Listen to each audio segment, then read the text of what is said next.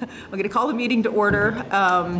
It is Wednesday, May 20th, 2026. This is the State Board of Education monthly meeting, and we'll start, Maureen, with a roll call.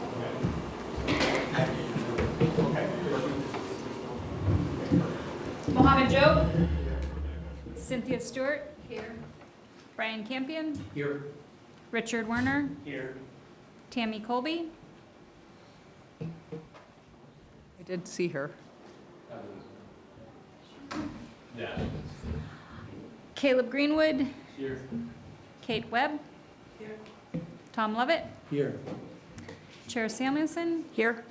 Brianna Marsh. Here. And Secretary Saunders. Thank you. Are there any amendments to the agenda? Yes. I just have to leave at 2:30 because I have a NHS meeting tonight. All right, thank you. I got a message that they cannot hear the meeting, Oh, so we should solve that problem. I can pause.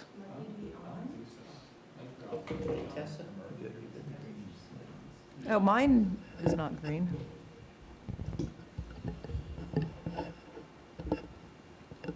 Is there anything that we need to be doing? I'm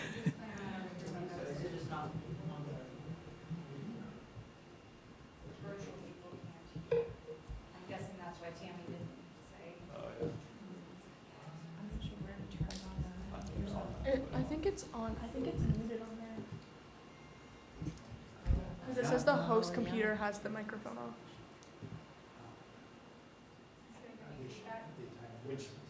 Which system is going back in life?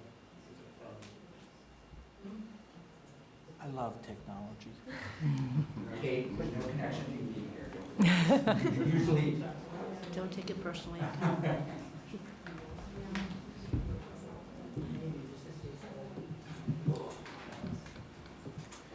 If we all, you're right, that mic is. Yeah, but then I see the media one's on, so I have no idea. But we don't want the mic on this room, we want the speaker. Oh, I see. Yeah. Should I adjust the speakers over here? No? No, not the speakers, but they're micing through their system. While we're waiting, if you all have not signed in, there is a sign-in sheet right by the door. If you could just leave your name and information. Thank you.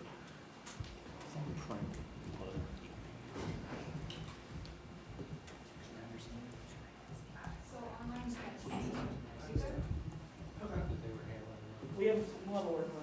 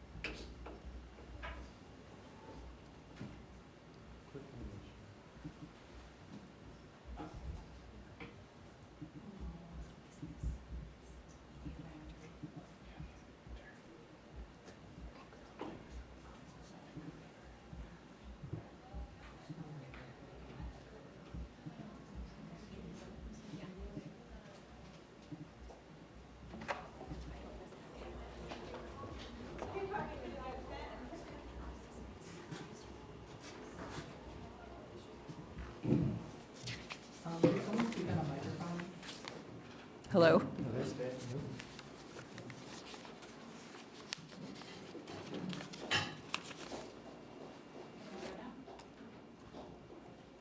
Yes, I can hear now. Can you hear me? Great. Thank you.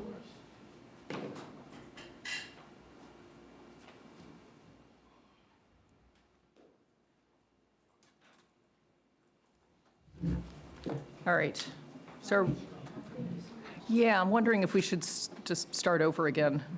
Are we good? People online can hear us? Okay.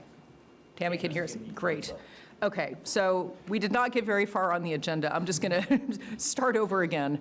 And Maureen, if you don't mind doing the roll call. Mohammed Job. Yeah.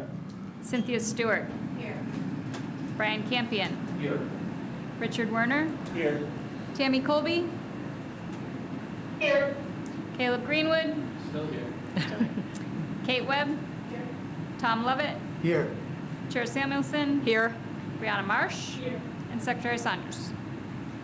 I saw her. I did see her. She's All right. Thank you. Amendments to the agenda. Brianna mentioned that she's leaving at 2:30 today because she has a NHS meeting.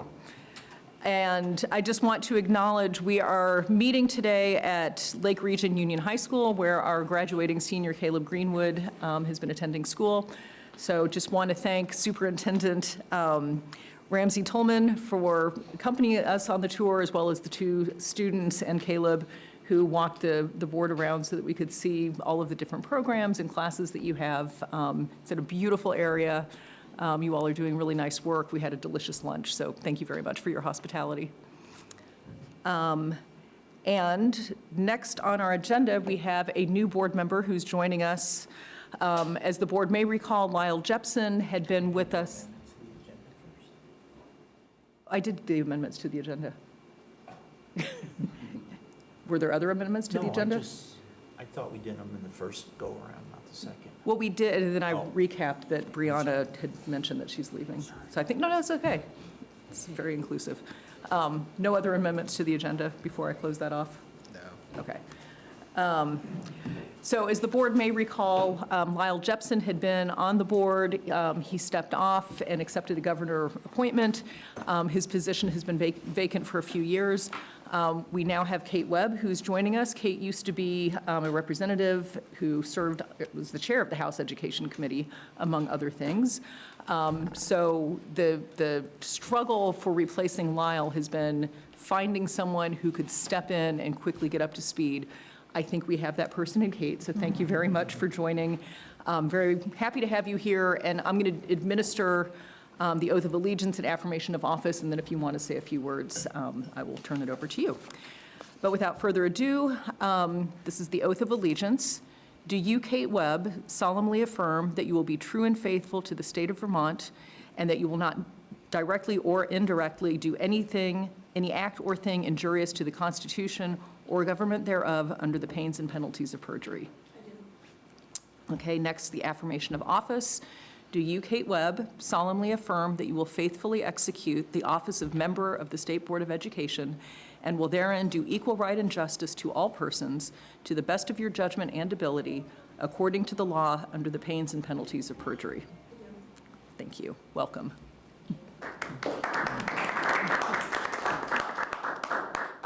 So I don't know if you want to just say a quick hello and. I'd say a quick hello, and I'd say that I was a special educator for a number of years, working in a variety of different school districts in Chittenden County and in St. Albans, and even in Bolton at one point. So I did direct service. Then I went to the legislature, and I worked on amending statutes and writing laws. And then when I left, I ended up joining the local school board. So now I'm working on education policy locally. And now here I am. It just seemed like the next adventure. And I'm really looking forward to the work of this board and how it can contribute to educating our students in the years to come. Thank you very much. All right. I'll turn it over to the superintendent. Hello, everyone. Should I use a mic or is this fine? Can folks hear me? I think you probably should, just Okay. so people online make sure they can hear.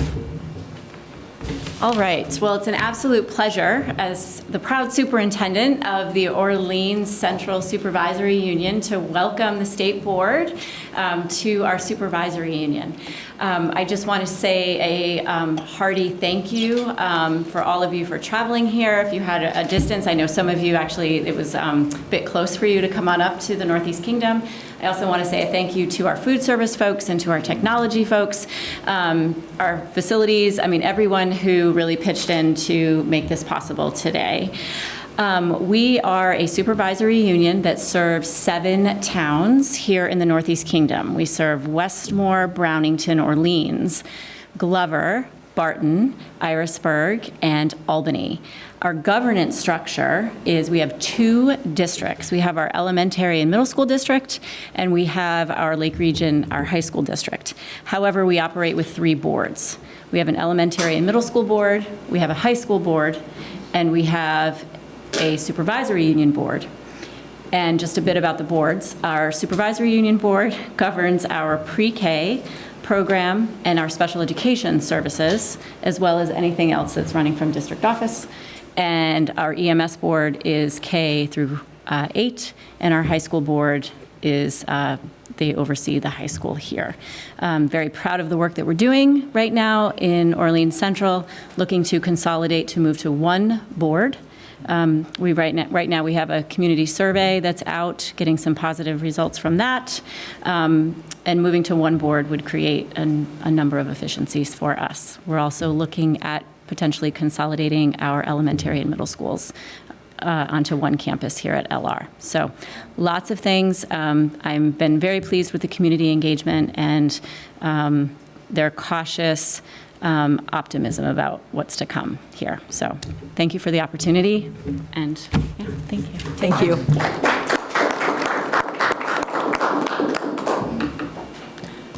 Okay. Next, we have public to be heard. I don't know if anyone behind us wishes to address the board. If so, you can come to the table. If anyone is online, you can raise your hand using the hand icon on the Teams platform, or if anyone happens to be calling in, which is less frequently these days, *5. I'm not seeing anyone. We'll leave this open for a few minutes, and I will move on. Next, I will entertain a motion to approve our draft meeting minutes from our April 15th, 2026 meeting. Is there a motion? I'll move the motion. Thank you, Cynthia. Is there a second? A second. Thank you, Rich. Any discussion? Hearing none, all those in favor of approving our meeting minutes from April 15th, 2026, please raise your hand and signify by saying aye. Aye. Any opposed? Any abstentions? Okay, the motion carries. Thank you. Board announcements. Do any board members have announcements? I do want to note, we had discussed at the end of our April meeting that we were going to have Sarah Buxton lead an ethics training course for us. We decided that we were going to push that off because it's a little bit hard when some people are in person and some people are not in person, and we didn't know until yesterday, really, for sure who was going to be here and who wasn't going to be here. So we figured it'd be easier when everyone's on the same platform. So we are going to push that off and probably do that in June unless June starts getting really busy. So just wanted to let you all know. Anything else? June is all online. June is online. And currently the plan is we'll meet online in June, we'll meet online in July, and then have the month of August off. Although committees will still be meeting in the background because I think there's a lot of committee work that's happening. All right. Just look around. I don't see any members of the public who wish to be heard. So this brings us to our resolution for Caleb. Caleb has been with us for almost 2 years. He started as a junior. First year non-voting, as it happens, and he's been a voting member this year, but has been very active throughout his time on the board. It's really been fun getting to know you and to have you share your perspectives with us, and I think we've all learned a lot from you. And it really, the student perspective really does help to ground the work that we do, because as adults, as we get farther and farther away from the school system, it helps to have these very tangible reminders of what's going on in the schools and why we do the work that we're doing. So thank you. And with that, I have a resolution that board members contributed their thoughts, and I put something together. So this is the Vermont State Board of Education Resolution of Appreciation for Caleb Greenwood. Whereas the Vermont State Board of Education recognizes the importance of student voice in shaping a responsive, equitable, and forward-looking education system, and whereas Caleb Greenwood has served with distinction on the board from July 2024 through June 2026, bringing a thoughtful, articulate, and informed perspective to board conversations and deliberations, and whereas Caleb exhibited confidence and competence even before he was a voting member, and earned the deep respect of his board colleagues by consistently contributing ideas that reflect both a deep understanding of current educational challenges and a commitment to meeting the needs of all learners, particularly those with the greatest needs. And whereas Caleb has shown uncommon insight and intellectual curiosity in the workings of his school and district, and he has raised important issues for the whole board to consider as a result.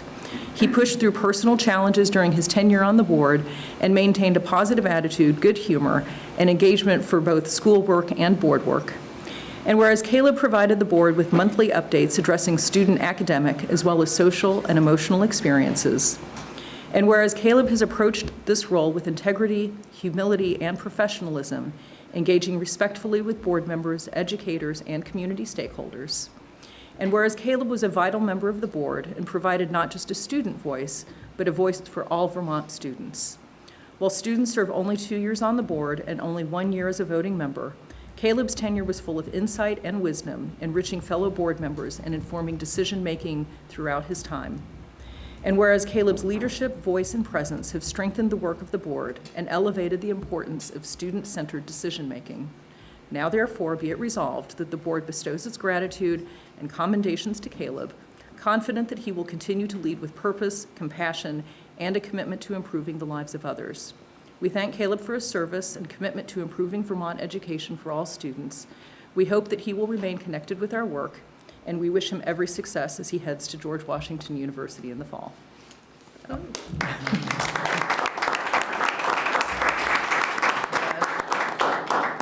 This is a combination of fun and practical, but we wanted to get you something as a token of our gratitude for your work. Am I opening these now? If you'd like. I'm gonna wait. Okay. I'll save it. I don't want to get too distracted. You can save it for after. Yeah, all right. But thank you very much. I really appreciate that. All right. Oh, and before I forget, this is the official copy, and you can frame it or whatever you want to do with it. Oh, thank you. Yeah. So I'm going to circle back one last time, public comment. Still don't see anybody. We will have this again at the end of our meeting, but I'm going to close that out for now. And Caleb, I will turn it to you for the student report to start us off. Well, I can start with the fun and practical. I got to enjoy the luxury of being invited to the AP Bio field trip, even though I took the class last year as a junior. We went down to the New England Aquarium in Boston, as well as the Boston Science Museum, and we had an amazing time. That was last Friday. And we've actually had a lot of field trips recently. Today, if you've noticed a little bit of a lack of students, the horticulture class, which was one of the classes downstairs, as well as our AP Human Geography class, is up in Montreal. The horticulture group is at the Botanical Garden, I believe. And then the AP Human Geography class is allowed, they do a couple of things as a group, and they're allowed, I believe, like 2.5 hours to just roam the city and do whatever. So that's a super exciting trip. I got to do that last year. So I was really excited for that trip. I really enjoyed it. So I'm excited for them. AP Bio trip was amazing. I'm trying to think. feel like there was one more field trip recently. I'm not sure. I know that we have a huge clothing drive for NHS, which most of the board got to see on our way through, at least a small fraction of it. We saw those bins that were in the back of the room, and like she said, that was only 10-15% of the clothes that we have. In a room in the cafeteria, we have bags and bags of clothes. So that's been super successful. That's going to benefit the community. And then all of the funds from the leftover ones are going to go to the Halo Foundation, who does amazing work locally. We've worked with them many times with NHS. I believe, not last year, but the year before, was a calendar raffle to support them. So we're big fans of them. They do great work. This week is prom. Tomorrow is prom, actually. And the following day is our home track meet. So it's a really, really busy week. So for me, I'm not going to prom. I did last year. But I'll have a scholarship breakfast tomorrow, and then all the fun activities that we're going to be having. And then Friday, I'll be here for the track meet, even though I'm not participating in track. I'll help with the long jump pit and whatever else, timing, stuff like that, because they can always use more volunteers. So that's super exciting, because that only recently started again a couple of years ago. For a long time, we were not having our home track meets for a multitude of reasons, but I think it might have been my freshman or sophomore years when they started doing it again. So we're super fortunate to do that. Mr. Davis built our track, actually. He's still here. So we love him. We appreciate him. Hopefully the weather will permit. Hopefully it'll stay at least, tolerably warm, not too muggy and hot. And I've completed, at least semi-completed, my roommate search. So I do have a roommate for college now. We just don't know the room that we're going to get yet, like dorm and stuff. But we're hoping to get either a double or a triple down there. So that's exciting. And yeah. Where's your roommate from? Houston. Okay.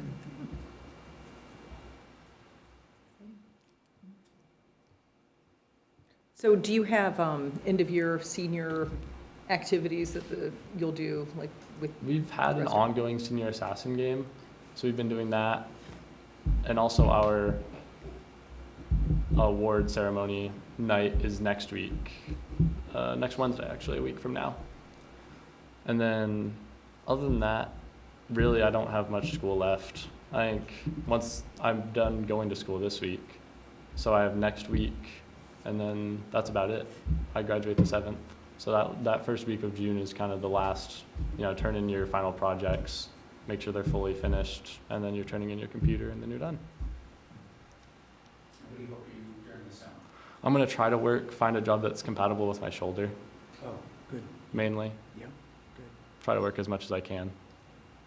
Then when do they have you heading to DC? I believe it's the 3rd week of August, like Okay. the end of the 3rd week. I think it's between the 19th and the 22nd is the move-in days. Fast. Yeah. Yeah. Anyone from the school is going with you? I don't think so. I actually know a lot of people in my class that are going to UVM, so their in-state efforts have paid off for sure. Because I remember hearing that they were struggling with in-state students. That's good. You know anyone else who's like headed down south? I believe a couple people are going down like to Carolina. Okay. Is this most south? Okay. So a little bit more southern than me. Nice and cool in DC in August. Yeah, yeah. I've been down there in August. Have you in August? Yeah. I think it was like 102 Oh, Yeah. was the day I was down there. Yeah. That's Luckily, I'll be leaving though in May, so right before it That's right. starts getting That's a hot good again. point. Yeah. Well, it's very exciting. Very exciting. And you've registered for classes? No, No. that's I think first week of July was when it Okay. was. Great. Yeah, they do it like 5 separate groups. It's based on your like college ID number, is you register depending on the day. And remind us, you're studying. International affairs. Great. Great. Anything else for Caleb? And just as a reminder, even though we're doing your appreciation today, if you were able to come to our June Yeah. meeting, you were still eligible to come to our June meeting. It feels a little anticlimactic after the fact, but. You can still keep the gift Yeah. if you can.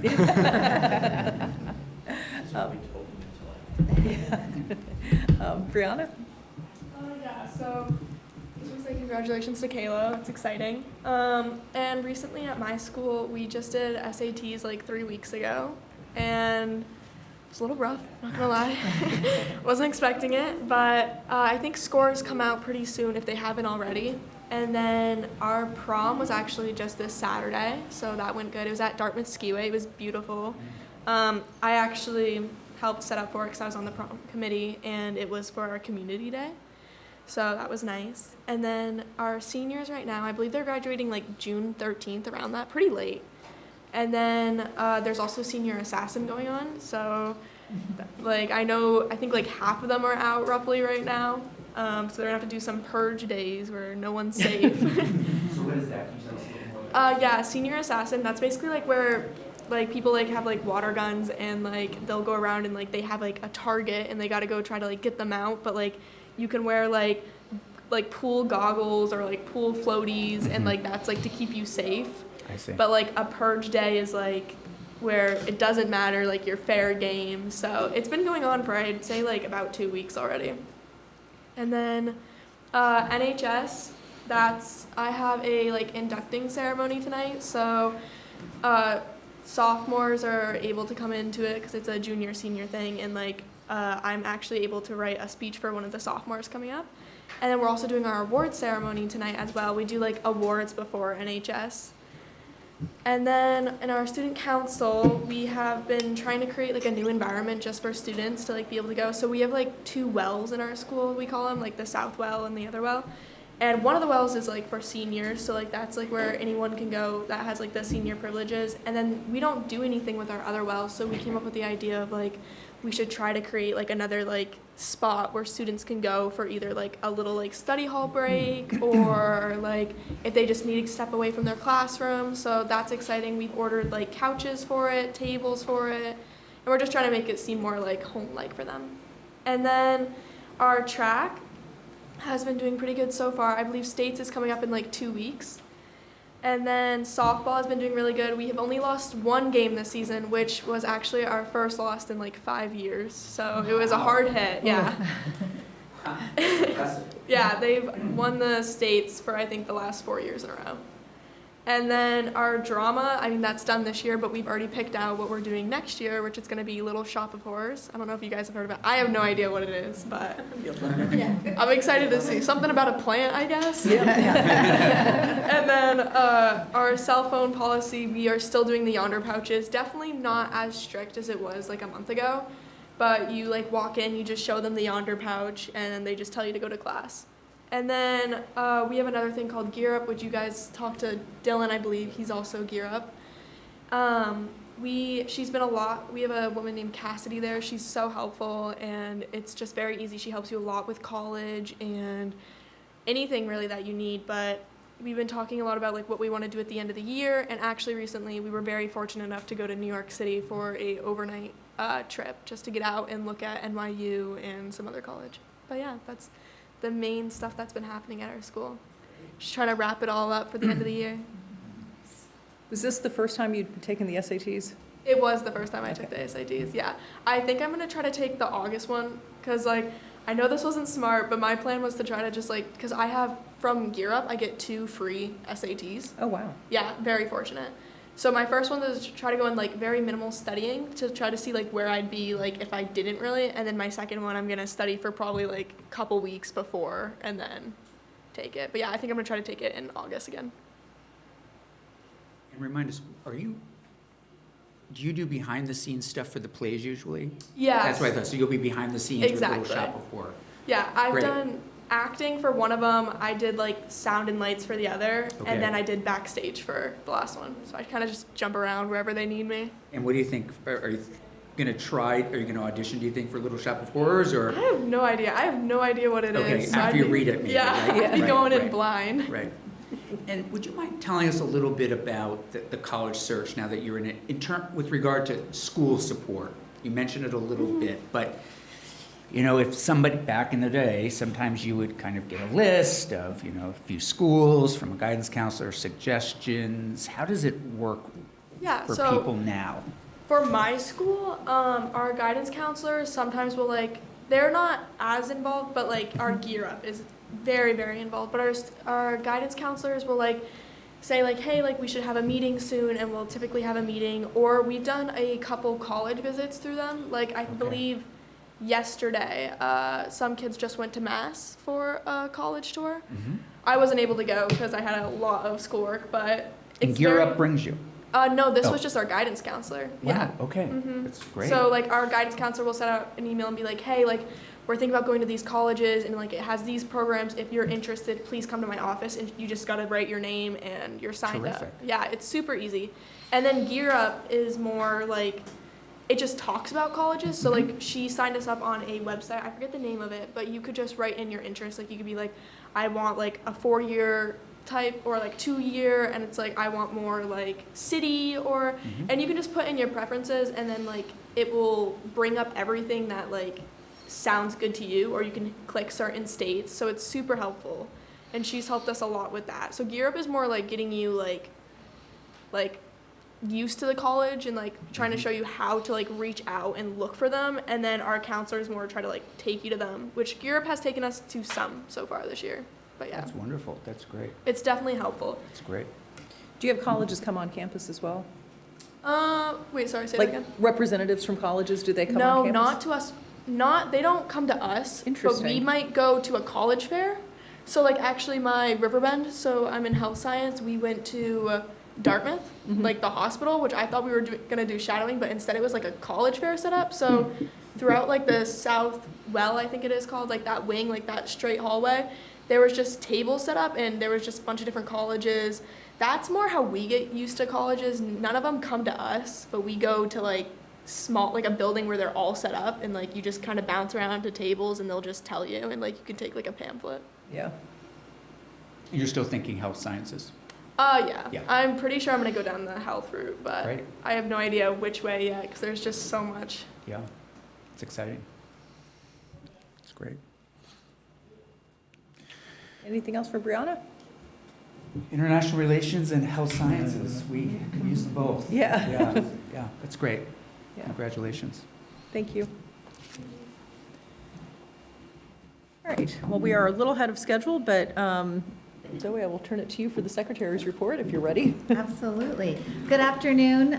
Thank you for giving me the opportunity to provide an update. We have a lot of exciting work underway. So in today's update, I will share some of the announcements relating to new leadership hires within the agency, along with some promotions that have occurred, so you have a sense of who you can work with on some of the critical areas that we are advancing through our strategic plan. I will share an update on our strategic planning process. I'll highlight some findings from a recent report around the implementation of Act 139. I also want to lift up for the board an understanding of how we at the agency are enhancing our accountability and support to the field across a variety of programs and compliance requirements. I'll briefly highlight some federal updates, and then Chair Samuelson asked me to provide a follow-up on the independent school assurances, which I'll close with. I do have a brief slide deck, mostly just to keep me on point with what I will share with you. Before I transition to the slide deck, though, I do want to introduce you to one of our new leaders who's joined the Agency of Education. She's joining us virtually. Grace Shelton has joined our team as the Chief of Strategy and Accountability. This was a new role that we created at the agency through our reorganization. As I've shared, there was a lot of input that went into how how our organization has changed to better meet the needs of the field. Part of that transition created an area focused on academics, and we created the role for Chief Academic Officer and hired Dr. Erin Davis. We'll talk a little bit about some of how those divisions underneath academics are coming into play and some of the critical work they're advancing. And then we created another area of the organization focused on strategy and accountability with the intention of creating coherence across all the various expectations that we have both as a state and that we impose on districts, with the intent of driving continuous improvement and elevating outcomes statewide. With the creation of that area, we also added a new position, which is the Chief Strategy and Accountability Officer. Grace Shelton has joined our team. She comes with a lot of experience in areas that we really need her skill set. I'll let her share a little bit more of her background, but she'll be a really important point person for the board as we talk through the work that we're doing strategically at the agency and really holding ourselves accountable to making forward movement on statewide education priorities. So with that, Grace, I'll allow you to introduce yourself. Thank you. Good afternoon, everyone. I'm very excited to be here today and to be listening in on this conversation. Yes, my name is Grace Shelton. Excited to be in Vermont. I've been in the role for a couple of weeks now. I started my career as a classroom teacher, a public school teacher in Massachusetts, which has, of course, grounded the work that I have done moving forward. Over the past several years, however, I've been working at the Tennessee Department of Education, so at their state agency there, focused really heavily on strengthening data systems and reporting, leading Tennessee through a comprehensive overhaul of their state's accountability model, and then working very closely with the U.S. Department of Education on compliance and outcomes. A big part of my work and a big part of the work that I have done throughout the past decade or so has been engaging directly with communities, particularly around how we define school quality and how we measure it in a way that's rigorous but also meaningful and rooted in the context of the work. So my background includes a lot of statewide public engagement campaigns, ensuring all stakeholders have a say, finding bright spots throughout the state, opportunities, and making those connections across schools and systems, and really using data and research-backed, evidence-backed systems and solutions for this work. So I know Vermont's already been thinking very deeply about a lot of this. I'm really excited to be joining you all. And personally, on a personal note, I'm really excited to be moving closer to my family who also lives in Vermont. We just recently had become a 2 under 2 family. So we have 2 very young kids, and I'm very excited to be moving closer to family and have, the whole group together in that space. So thank you all. Well, welcome, Grace. You'll have an opportunity to get to know Grace and the work that she's leading at the agency over the next couple months. We're going to highlight some of that work in my update today. But as you can tell, this is a really important role for us at the agency. We've discussed that we've had issues with compliance as a state in a variety of areas. And so we know that we really need to focus on implementation and being strategic around implementing those priorities statewide. We are also in the process of retooling our accountability system. So the experience that Grace brings is going to be really helpful to that effort. And I'll share a little bit later how we're starting to engage educators across the state as we're defining those measures of school quality and also thinking intentionally about how we will assess our progress. So with that, I'm just going to move into sharing my screen, if I can bring it up. Okay.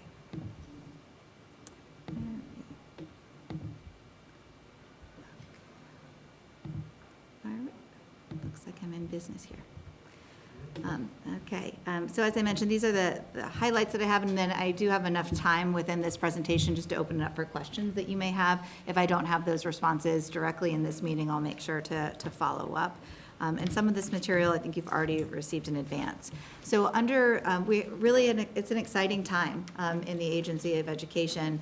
And when we talk about our reorganization, I really like to emphasize that this wasn't just, shifting chairs on the deck. This was really being intentional about how we are going to align the Agency of Education to meet the biggest priorities of the field. And through that process, there were a number of positions that we reimagined, and some of those roles have resulted in recruiting externally to bring in different expertise, and in other instances, it's been elevating state-level employees who really have a background in these areas, and some of their strengths have been underutilized. So it's really also an exciting opportunity to take a strengths-based approach within our own workforce at the agency to get folks in the right position and excited about the work that we're leading. So in the strategy and accountability area, we have accountability division director. So Deborah Bloom has been promoted to that position. She previously served on our CFP team, which oversaw a lot of our federal programs. So she has deep understanding and expertise around the different federal reporting requirements and is really providing some strong leadership around establishing that coherence. Ian Burford-Rochford has been promoted to the State Director of School Improvement.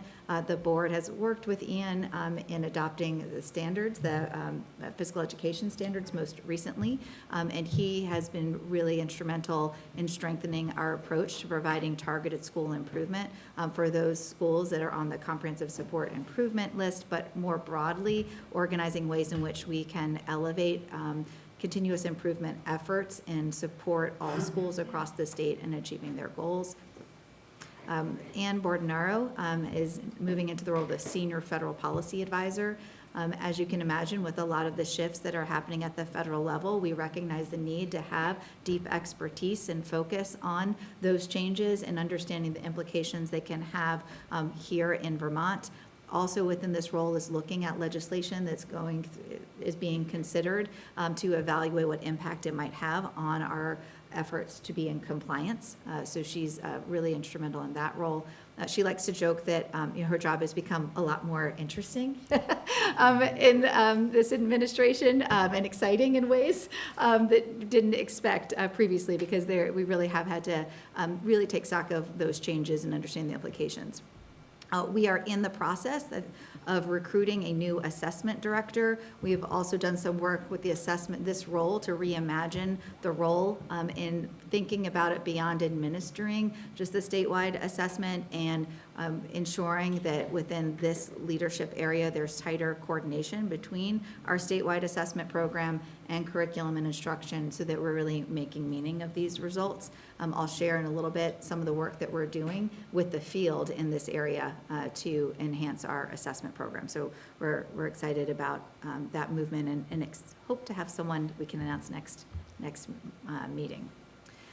In the academics area, so this is led by Dr. Erin Davis, our Chief Academic Officer. We've been able to bring on some additional roles in this area. The legislature last session created a new position, which is a special education project manager. Claire Waterman has joined our team. She has deep expertise in research evaluation and special education, so lives in the Northeast Kingdom, so has familiarity with understanding our rural context as well as we think about strengthening our delivery statewide. Pat Fitzsimmons has taken on the role of the State Director of Early Childhood Education. She previously served as the lead of the proficiency-based learning team within the agency. She comes with a background in early childhood education.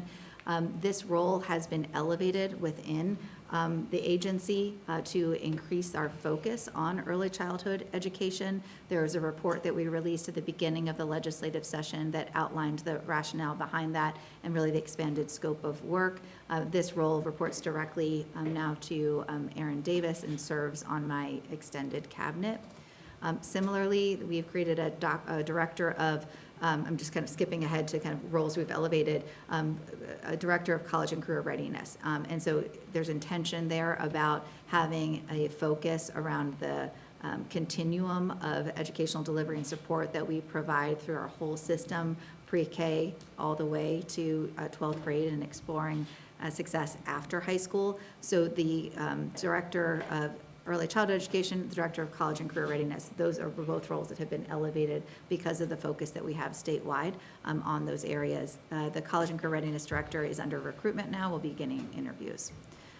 When we did our reorganization, we heard a very clear call from the field to have stronger leadership in curriculum and instruction.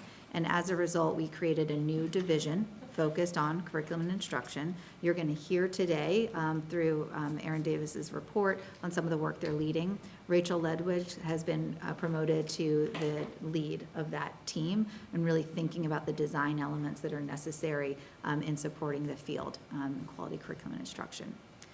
Additionally, we have a deputy chief of academics. This was designed to provide additional support and coordination across curriculum and special education. So this role reports directly to Erin Davis and will be overseeing those divisions of special education and curriculum instruction. We do have a candidate that has accepted the offer, so we're excited to bring that person into the role.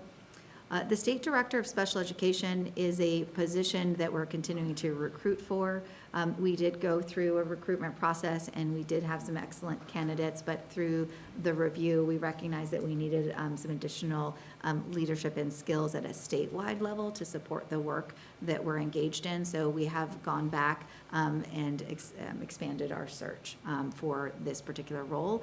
What you're seeing in our reorganization is a very concerted focus on special education. The additional leadership positions that have been created are designed to really increase our capacity, oversight, and support for special education, and doing that in a way that's really connected to curriculum, instruction, and our support for all learners. So you're going to hear a lot about the work that's underway in that area, and these positions are really critical to our efforts in advancing them.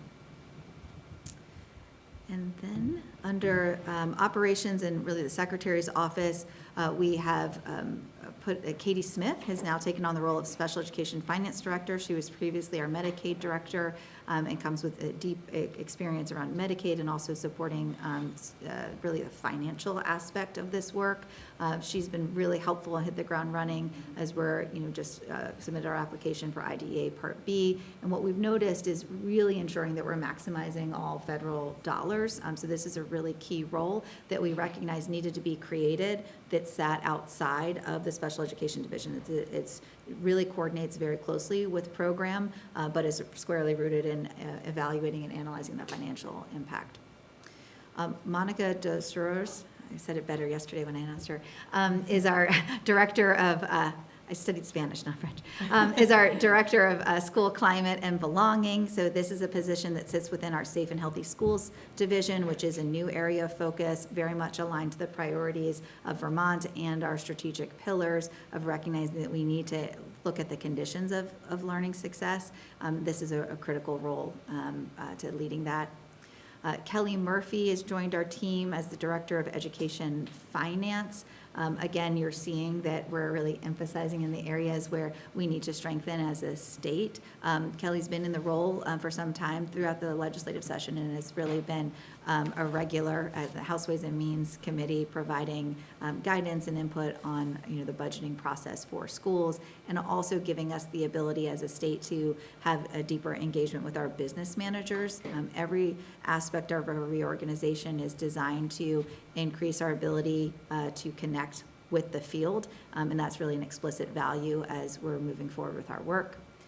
Lisa Helm is taking on the role of the project manager of strategic initiatives. You hear me every month talking about the work that we're doing in developing our strategic plan, and there's a tremendous amount that needs to be coordinated across teams. So this role is helping us to really create that alignment and the project management to ensure that we're meeting those critical milestones.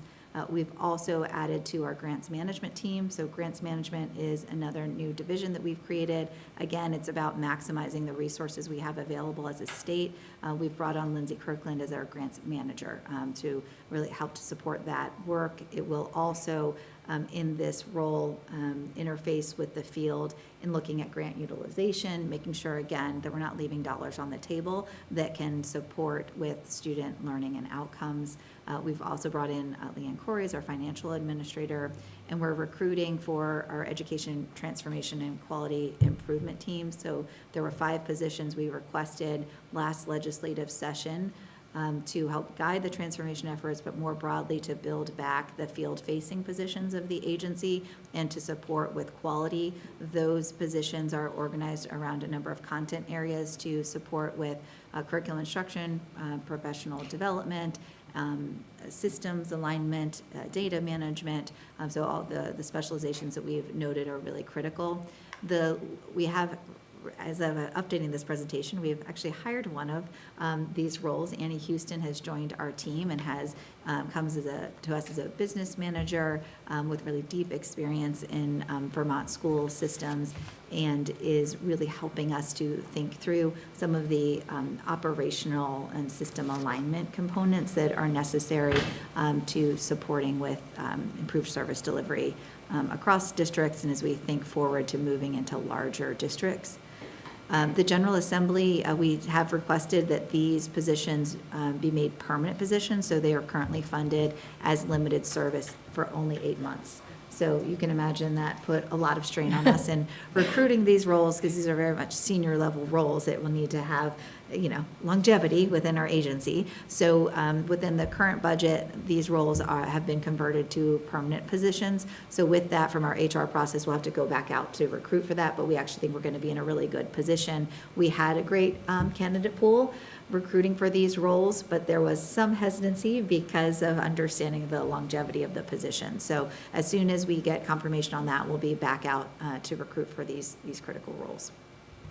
So just wanted to highlight kind of the movement that's happening. This is all part of our larger reorganization. We're really excited about the team that we have at the agency. There's a lot of momentum in advancing the critical work. Within our strategic plan, there's a number of things underway. So our steering committees have been organized. As I shared, those are structured around the 5 strategic pillars of the agency's plan. We launched these committees in January following our November statewide planning retreat. I've included a link on this slide. In the link, you can access the list of educators and partners that are part of the steering committees. You'll also have access to the cross-cutting themes that are emerging through the work that we're engaged in. The steering committees are structured in a way to really help us establish the shared vision, set measurable targets, inform strategies and action plans, and then once we've really set the plan, to progress monitor and achieve. Within this work, we continue to reinforce the importance of the steering committees in lifting up the realities on the ground. We want to make sure that as the agency is setting goals and is launching our initiatives, that they're very much in line with the biggest priorities of the field and are supporting with elevating effective practices along with removing identified barriers that are being surfaced through these engagement efforts. So far, the work of the steering committees is focused on providing input to the shared statewide vision for the future of Vermont's education system. This is a process that's critically important, and we want to partner further with the state board and talk today about ways in which we can really engage the board in reviewing some of the feedback we've received, as this really is a statewide vision for education. The committees have been working with us in establishing the goal areas underneath each of these 5 strategic pillars and really getting concrete around what are the problems that we're trying to address, what are the key measures that we need to evaluate in order to assess our progress. And then, as I mentioned, in all of these conversations, it's ensuring that when we're developing this work at the agency level, that it's very closely connected to the field and is something that can be implemented in a way that will be impactful. That's the focus. On the website, you'll notice that we, every month, share the cross-cutting themes. When we're doing all the work at the agency, we focus on being data-driven, focus on being collaborative, and improving customer service. And so we want to make sure that in organizing our steering committees in 5 pillars, we're not creating 5 silos. And so we're intentional in every committee meeting of coming forward with some of the cross-cutting themes that are emerging across committees. All of the prior ones have been shared on our website. April hasn't yet been released, so I'm sharing with you some of those themes just to give you a little bit of a sense of the conversations. And what is encouraging is across the committees, we're hearing a lot of similarities, which helps us to understand that we're really organizing around the right approach. So I think what's notable in the recent conversations is moving towards system design, right? There's really intentionality of thinking about the whole state system and what needs to be in place, what are the clear roles and responsibilities at the agency level, at the district level, school level, and so forth. We clearly hear over and over again a need for coherence. Right now, I think the field is overwhelmed by a lot of different requirements, a lot of different expectations, a lot of different monitoring demands. And that's part of the reason we've created this strategy and accountability arm of our agency. So we want to be intentional around creating that coherence. I'm also really pleased that and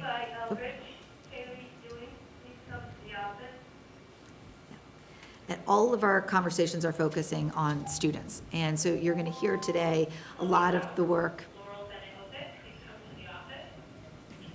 and focusing on what we do in education, which is the really instruction and focusing on the quality of Tier 1 instruction. Dr. Aaron Davis's presentation today will talk you through how we're approaching this work with the field to strengthen the grade level instruction that's happening in the classroom and to make sure that there's access to those universal supports. When we talk about setting goals, there's a lot of really candid conversations, right? We have to measure what matters and not what's easy. And so that means that sometimes we're pushing our thinking around what do we mean, what do we hope to achieve, do we have ability to measure that appropriately now, do we need to think about a different way to collect data or to measure this, but we're having really thoughtful and intentional conversations because we know that when we establish these goals and we set the measures for what's important and how we define success, it has major implications around how we organize at the agency and the expectations that we're setting to the field. Data continues to come up as an important area of focus. You've heard me continually talk about the agency's prioritization of improving data access, data quality, and data analytics is a piece of that. We want to make meaning of data. It's not just about collecting more data. It's moving from, oftentimes I've worked in systems that are data rich and knowledge poor, right? And so it's really being thoughtful around understanding how to use data to inform decision making. And the field is talking a lot about that within these committees. There are sometimes when we're talking about elevating expectations, there can sometimes be a deficit orientation of talking about like what's wrong or what's not working. And so I think what the board will really be happy to hear is the conversations are talking about, lifting up the need to prepare the system to support our students. So not a deficit model, but really being intentional around the design, recognizing that every student can learn and can achieve at high levels, and it's our responsibility as adults to be designing the system in a way that's going to support that. There's also a lot of focus on addressing issues around equity and recognizing that these are structural, and so that's why, again, going back to that whole system design, how are we organizing in a way that's going to give every student opportunity and to close the achievement gaps. We often hear about capacity limitations, right? So what you're going to hear from us in some of the conversations today is how we are maximizing resources, how we are as an agency being more creative in ways that we can use the dollars appropriated to us to support the biggest needs of the field. But we know that those are just constraints. And so that comes up with any work effort that we're reviewing is, do we have the manpower and the ability to do this? We talk a lot about compliance, and in those conversations, you hear me say repeatedly that compliance is the floor, right? And so that's not what we're aspiring to, but it is a conditional of future success. And the steering committees have really described this as moving from a compliance system to an improvement system. So recognizing the compliance requirements give us some important expectations that we must meet, but we're doing this in a way that's not checking the box, but is really improving opportunities for students and providing better support. And the student experience, again and again, that's everything we're focusing on in these steering committee conversations, bringing it back to what's in the best interest of the student experience and strengthening that. And then lastly, the work that we are endeavoring to do is really big, large-scale work. So we're talking a lot within our steering committees about the need for partnership. Some of those partnerships are coming in the form of the agency pursuing grant opportunities to give us some additional resources. Some partnerships are having stronger integration with our higher education institutions, but there's a lot of focus on partnerships, knowing that we can achieve more together, and that focus on collective impact. Communication, obviously, is an area that's really important as we're setting out to achieve these large goals. So we're building a lot of transparency to the work that's happening within our steering committees, and we just want to thank everyone who has volunteered. This is a considerable amount of time to be part of the committees and also to prepare for the committee work itself.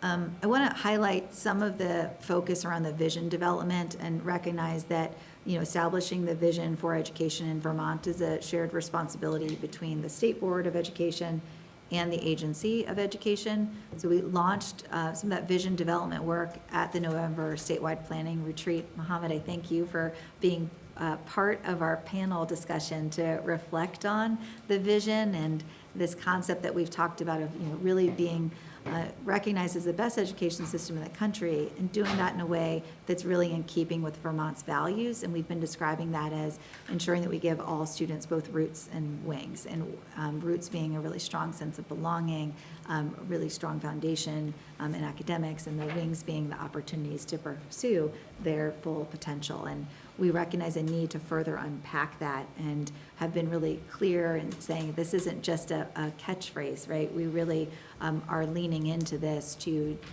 work on developing a cogent statement and vision that can really guide our work as a state. And so the partnership with the state board in this effort is going to be really instrumental. We've started to map out all of the different pieces that feed into this vision. What research goes into the vision statement, what values, what are some of the policies that we've passed as a state that really help us to describe our aspiration. And we are getting input on that, and we're refining that. And we'd like to bring it forward to the board at a time that would make sense to have that deeper engagement with the state board, and bring some members of our steering committees to really share the reflection that they've had through this process of establishing a vision, because the intent here is that the vision really is enduring. It's not an output from the planning retreat or the listen and learn or any one meeting. It's really about the collective aspiration for where we're going as a state. We feel like we have a really good foundation for that work, and the refinement that we're having through these steering committees is really helpful. So I'm excited to discuss with the board an opportunity to include this as an agenda item in the coming months, so that we can really solidify this vision statement. The other piece, so vision is important. You're hearing us focus on that. We're talking about measures. How do we actually evaluate our progress? And we recognize that within this work, we also have to focus on implementation. One of the things we've reflected on as an agency is that our biggest struggle as a state has been implementation. And so what you're hearing and seeing at the agency is an intentional focus on training both our staff and our partners in the field in implementation science. So we've partnered with the Regional Education Laboratory of the Northeast and the Islands. So this is kind of a part of a support that's offered to states through funding from USAID. And we are going through logic model training. So our division directors have mostly, and some of our other leaders have done a kickoff session and have been trained on the components of a logic model, and our steering committees are getting trained on that. So concretely, what does that look like? Well, one of the first steering committees, we said, here are some of the measures that we want to evaluate in these pillars. And we heard feedback, well, we also have to evaluate the number of trainings, and we have to evaluate that we're creating manuals, and we have to evaluate all these other things besides outcomes. And so we're like, that's absolutely true. So we spent a lot of time with the steering committees of saying, if we really, for example, want to close the achievement gap, what are some of the other measures that we need to be looking at? And the logic models are giving us the framework to map out how we will do that and what we will measure at what point to ensure that we're putting the right conditions in place to achieve the intended outcomes. And so this is really a unifying framework that we're using both within the agency and within our field partners. And so what you'll start to see as our strategic plan moves forward is clarity around the problem statement. So this is just, the definition of terms of the logic model that we're all trained on. We want to be very clear about the challenge that we're trying to solve. And then the assumptions are really foundational to the success. So making those assumptions explicit about the beliefs and how the change will be realized is also part of this work. And then we're identifying really specifically what are the inputs that need to be in the system. And some of those inputs are around actual resources in terms of funding, some around people or expertise, some might be around kind of creating training manuals, but the inputs that are needed. And then moving into the strategies and activities. What do we actually do with those inputs to address the problem? The outputs are helping us to evaluate some of the efficacy of those activities. And then we move into really looking at outcomes and recognizing that change doesn't happen overnight. And so there's some real design around what are some of the short-term outcomes we can expect in the more immediate versus the long-term outcomes. And then the lasting impact, which is really lives on beyond one initiative or program that's in the agency's strategic plan. Oftentimes, we talk a lot about inputs. And so we're really shifting that conversation. So inputs are important, but we want to make sure that when we're talking about those inputs, that they're being designed in ways to actually yield the appropriate outcomes. So this is, you can probably imagine when we start with a list of all sorts of measures that we need to look at, this is a really helpful tool to work with our steering committees and say, well, is that really an activity or is that something that's really an outcome that measures the result? And so you'll be seeing us bring these forward to the board as we move into our strategic planning work. And then we recognize that there is a hierarchy among our strategic pillars. And so, this is an initial mapping around how this work all starts to fit together. And you'll notice that improving operational effectiveness and promoting safe and healthy schools are really foundational. So those are foundational kind of precursors of success that support all other elements of our strategic plan that allow us to then elevate academic excellence and enhance special education and differentiate support for all students to ultimately achieve the longer-term goal of expanding college and career readiness for every student. And so as we're developing these logic models, there's some interconnection across these layers. So we're owning the complexity. Right now, we're kind of in the weeds of the details, and then we'll be bringing together how all these pieces fit so that there's one coherent, aligned way in which the Agency of Education is helping to roll out these initiatives and monitor success. This work is also informing the division planning that we're doing. The strategic plan sets, here are the goals we want to achieve. And then we have to think about how we're going to operationalize that. And so the work that you're hearing me describe here is getting into more of the operationalization of this to ensure that it's not just a plan that sits on the shelf, but it's something that's really living and breathing and yielding results. So I'm going through a lot. That's the strategic plan update, and then I'm going to pivot to providing some other updates. Do you want me to pause or go through all of my updates? Yep. Yep. So I know in the past, trying to hire people, and you had a lot of open positions, and how is that going? I mean, do you still have a lot of open positions? Are you finding more candidates? Yeah. With a lot of people getting nervous, several school closures, is that provided better for candidate pool? And how many candidates are coming from in-state and how many out-of-state? Yeah.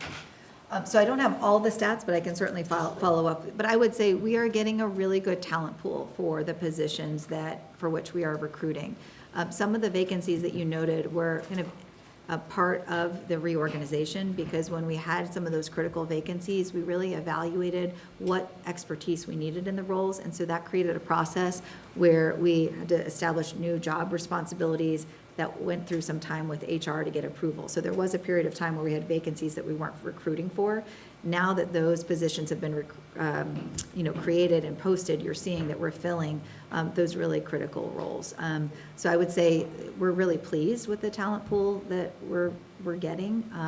I think there's actually a lot of excitement around the big work that the state of Vermont is doing. So we are getting a combination of candidates that are out of state and candidates in state. Something I've noticed about out of state candidates is they usually have a connection to Vermont. They're usually looking for a reason to come to Vermont. Either they have family or they're from Vermont. So it's usually there's a connection. And you hear from Grace too, she has a connection to Vermont. And so we're creating, I think, some opportunities for folks that might have left Vermont to come back. So it's a combination, and I think it also is highly dependent on the role. Some of the roles that we're recruiting for really benefit from having state level expertise, right?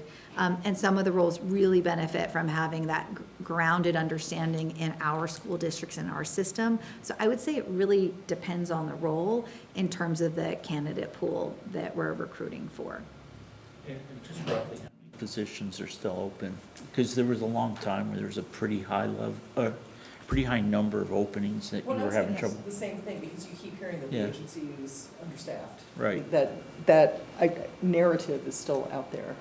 Yeah, I think what you're seeing is we're filling really important roles. So we're feeling like we're bringing in the expertise and we're promoting folks from within the organization to support with this. I'll follow up with the exact numbers. And again, it's not exact, vacancies. but is it, Yeah. do you feel like you have, if you couldn't bring anybody else in, are you in a good position now, or are you still really, would you still need a lot of people, or do you Yeah. still need people? Yeah, there's still critical roles that we're recruiting for. We did go to the legislature to ask for 5 permanent positions. And so that was in recognition of the work that we're required to do, right? The agency is expected to take on additional leadership. So we did evaluate that, and we have requested additional positions to support with that capacity. And some of the work that I'm going to share with you in the subsequent slides really requires an intensive focus, and that's why we're pursuing some grant opportunities. We recognize that there's some additional resources we're going to need when we're thinking about overhauling our accountability system and rethinking our assessment program. Like, these are really big initiatives. So I would say we're being much more intentional with the legislature around recognizing the positions that we have that are funded versus the work that's expected of the agency. We released a budget book. Actually, our agency is kind of the model of doing that every legislative session. JFO uses the AOE's budget book as a model.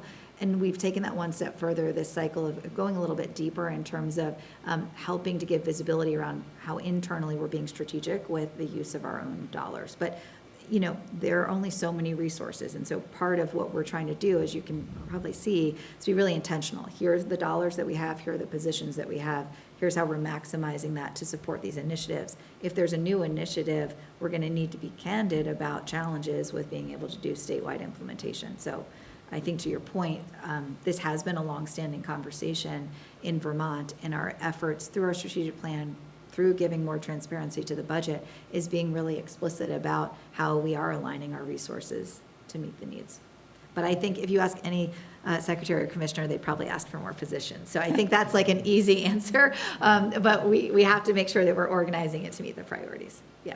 Thanks.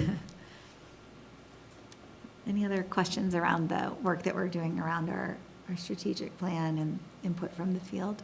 What's your guys' main method of hiring? Because I know you Yep. said you went through that first round of applicants and then you realized, oh wait, there's a whole nother set of requirements that we realized we need. So how do you guys target those high value applications? Yep. So in many of these roles, we have a panel process. So we involve a number of people in the review, both of the candidates and then in the interview process. And in many instances, the interview does involve input from the field. So for example, for our assessment director position, our special education director position, the deputy chief of academics, all involved a panel with representatives from the field. And so that would include principals, special education directors, superintendents, curriculum directors in the interview process. And that's also helpful to us as an agency to make sure that it's the right fit. So that it gives the candidate an understanding of some of the biggest challenges and opportunities, and I think it gives our field partners an ability to give us input of one that they think is most critical in terms of the leadership expertise and support. Thank you. Yeah. Okay. All right. So we have a number of recently published reports that we have shared with the board.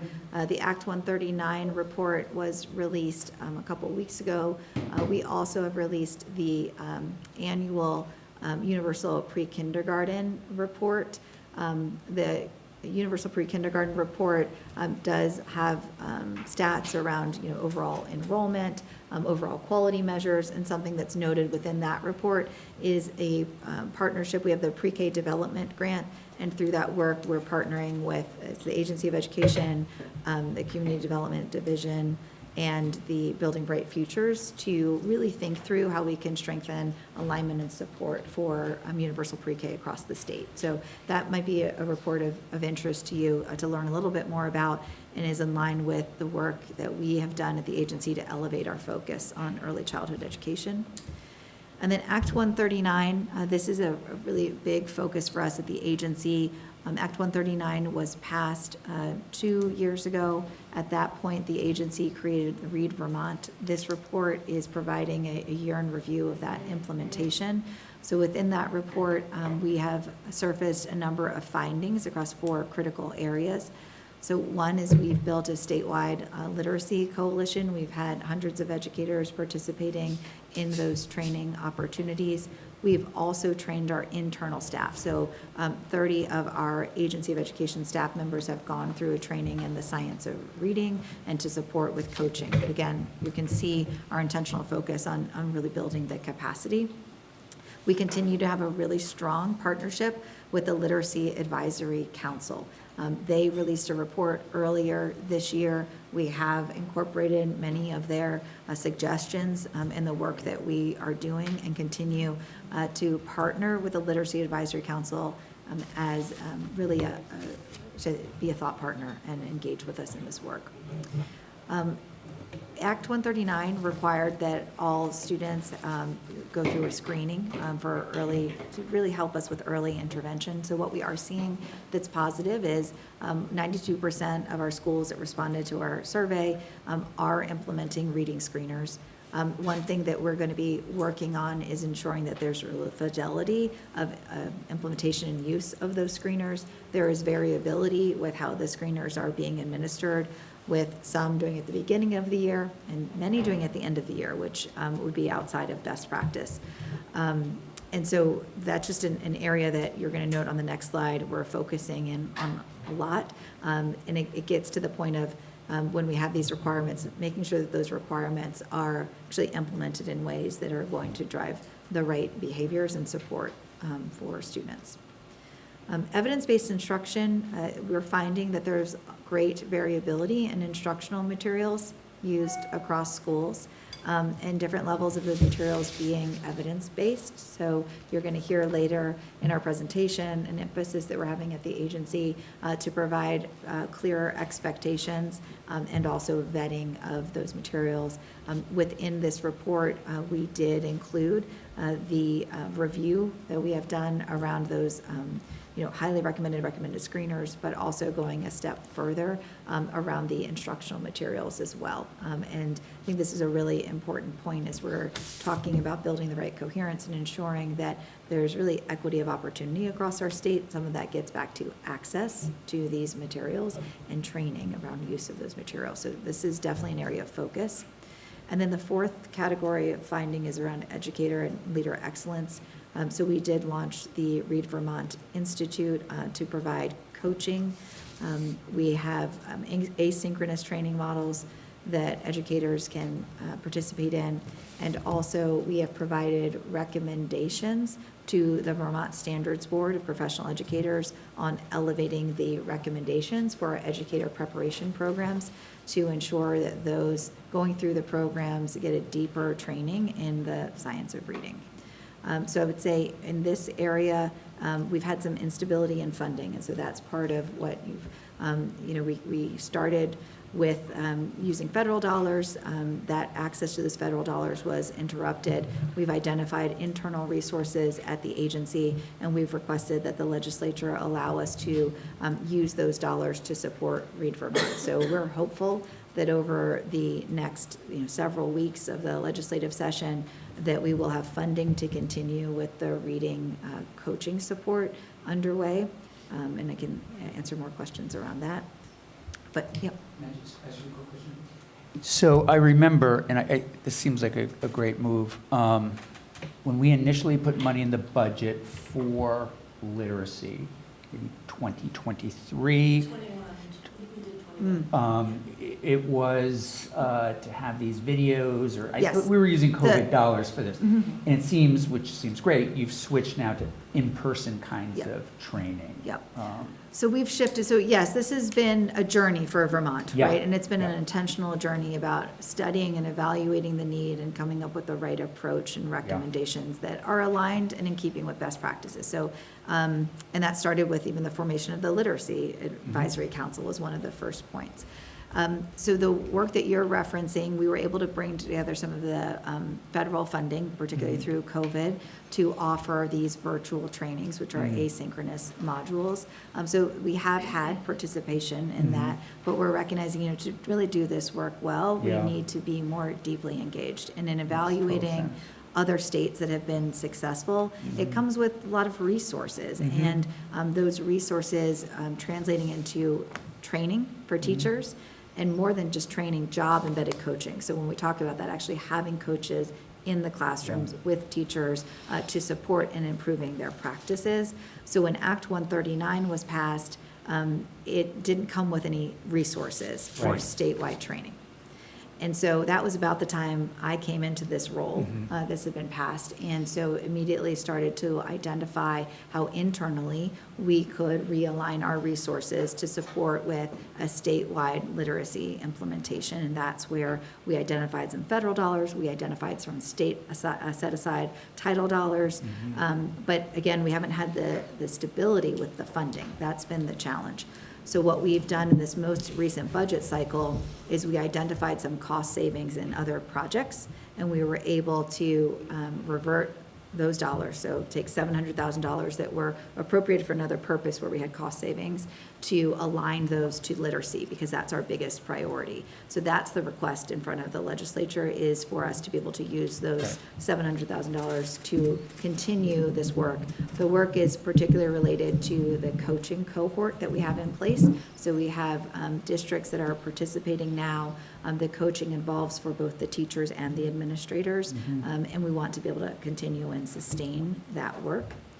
And we recognize that to get to scale, additional resources are needed. But it's really important for us as a state to invest in this and to start seeing results. This is signaling a huge shift. We're asking teachers to change their practices dramatically.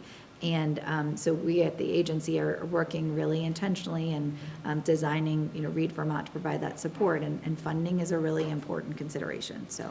Thank you, and thank you for the pivot to the in-class coaching.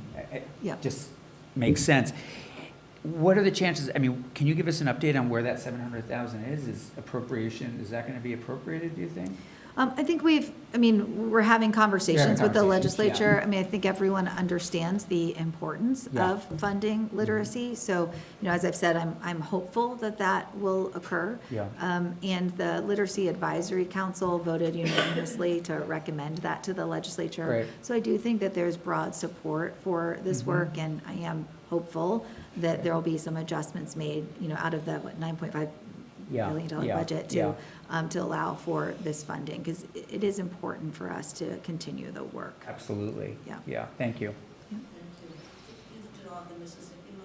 Yes. Yes, so we've done a lot of analysis of other states and how they've had effective implementation. In our report, we do highlight the work of Mississippi. We also highlight some of the work around Massachusetts, Maryland, Louisiana, who have done similar efforts in establishing resources to support with teacher training. And so what we're applying here in Vermont is really have been proven to yield the results. And we have actually members of our team, our director of policy and communication was working in Mississippi at the time of the Mississippi Miracle and was involved in some research. I have a nonprofit arm evaluating some of that work. Grace Shelton, who joins us from Tennessee, Tennessee's done a lot of this work too about moving the needle with Vermont. So we do have some internal expertise as well that has had experience with other statewide adoption. But for us to be able to really improve literacy outcomes, we have to invest in literacy as a state. And I thought it was really important too in the report how the Mississippi Miracle, we all think about it as this meteoric rise in reading rates, and it was really a 25-year-long process and investment. Yeah, in Mississippi, they like to call it the marathon, not the miracle, because it was hard work sustained over time. So as we approach this, there's certainly the Read Vermont Institute, which we've requested funding from for the legislature. We have also in our report signaled an intent to pursue other federal grant programs, to look at philanthropy as being a partner in this work as well. And so that's all kind of coming into place. But, there is a sense of urgency because our educators are expected to be trained in the science of reading and are being asked to improve results. And so it really is important. And we feel that sense of urgency at the agency, which is why we keep coming back to the focus on Read Vermont. UVM definitely spent a lot of time on whole language and training teachers in that model, which has been incomplete for what a person needs to learn to read. Yeah. So UVM has been a really willing partner in all of this work. I just had a meeting recently, actually before joining this meeting with UVM, and they have recruited some additional professors with expertise in literacy and actually involved our team in that process. So we're very tightly coordinated with UVM and our other educator preparation programs. As I mentioned, one of the recommendations, we actually put forward recommendations to elevate the standards for literacy instruction for our ed prep programs. And the Vermont Standards Board has approved that. And that's an important step. So we are moving in that direction. What we also identified as a path forward for Read Vermont, and our emphasis is on strengthening universal screening and intervention expectations. So as I noted, the law has been passed, but there's a lot of variability with implementation across the state, district by district. And so we are going to be providing some clearer from the agency expectations around, when to do the screening, making sure we're evaluating and monitoring that those screeners are really, the recommended tools aligned to best practice. The other piece that we're recommending that is above and beyond what is currently in Act 139 is to require a micro-credential. So we will be working with the Vermont Standards Board for Professional Educators to establish a certification in evidence-based foundational literacy instruction or science of reading. And so that's for K-3 educators and administrators that are responsible for literacy instruction. Our hope is for this, all K-3 educators and administrators to hold this license by 2030. So that's work that we're going to begin in earnest with the Vermont Standards Board very soon. High quality instructional materials, you're going to hear a lot about that later today. So Dr. Davis is going to share the work that our team is doing in this area, and there will be some additional resources and guidance available in the summer.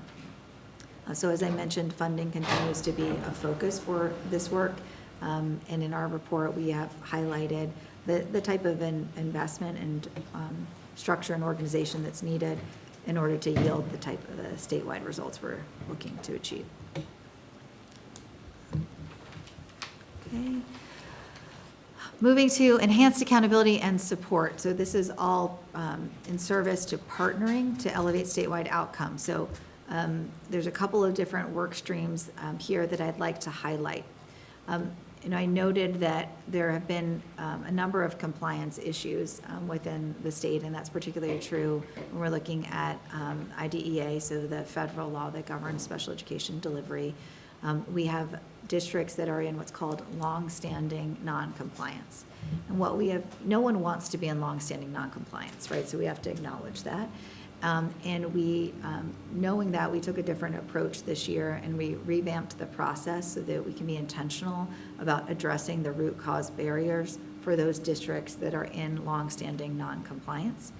Some of the work here is modeled off of our enhancements to our school improvement efforts. So for these districts, we're establishing a clear memorandum of understanding.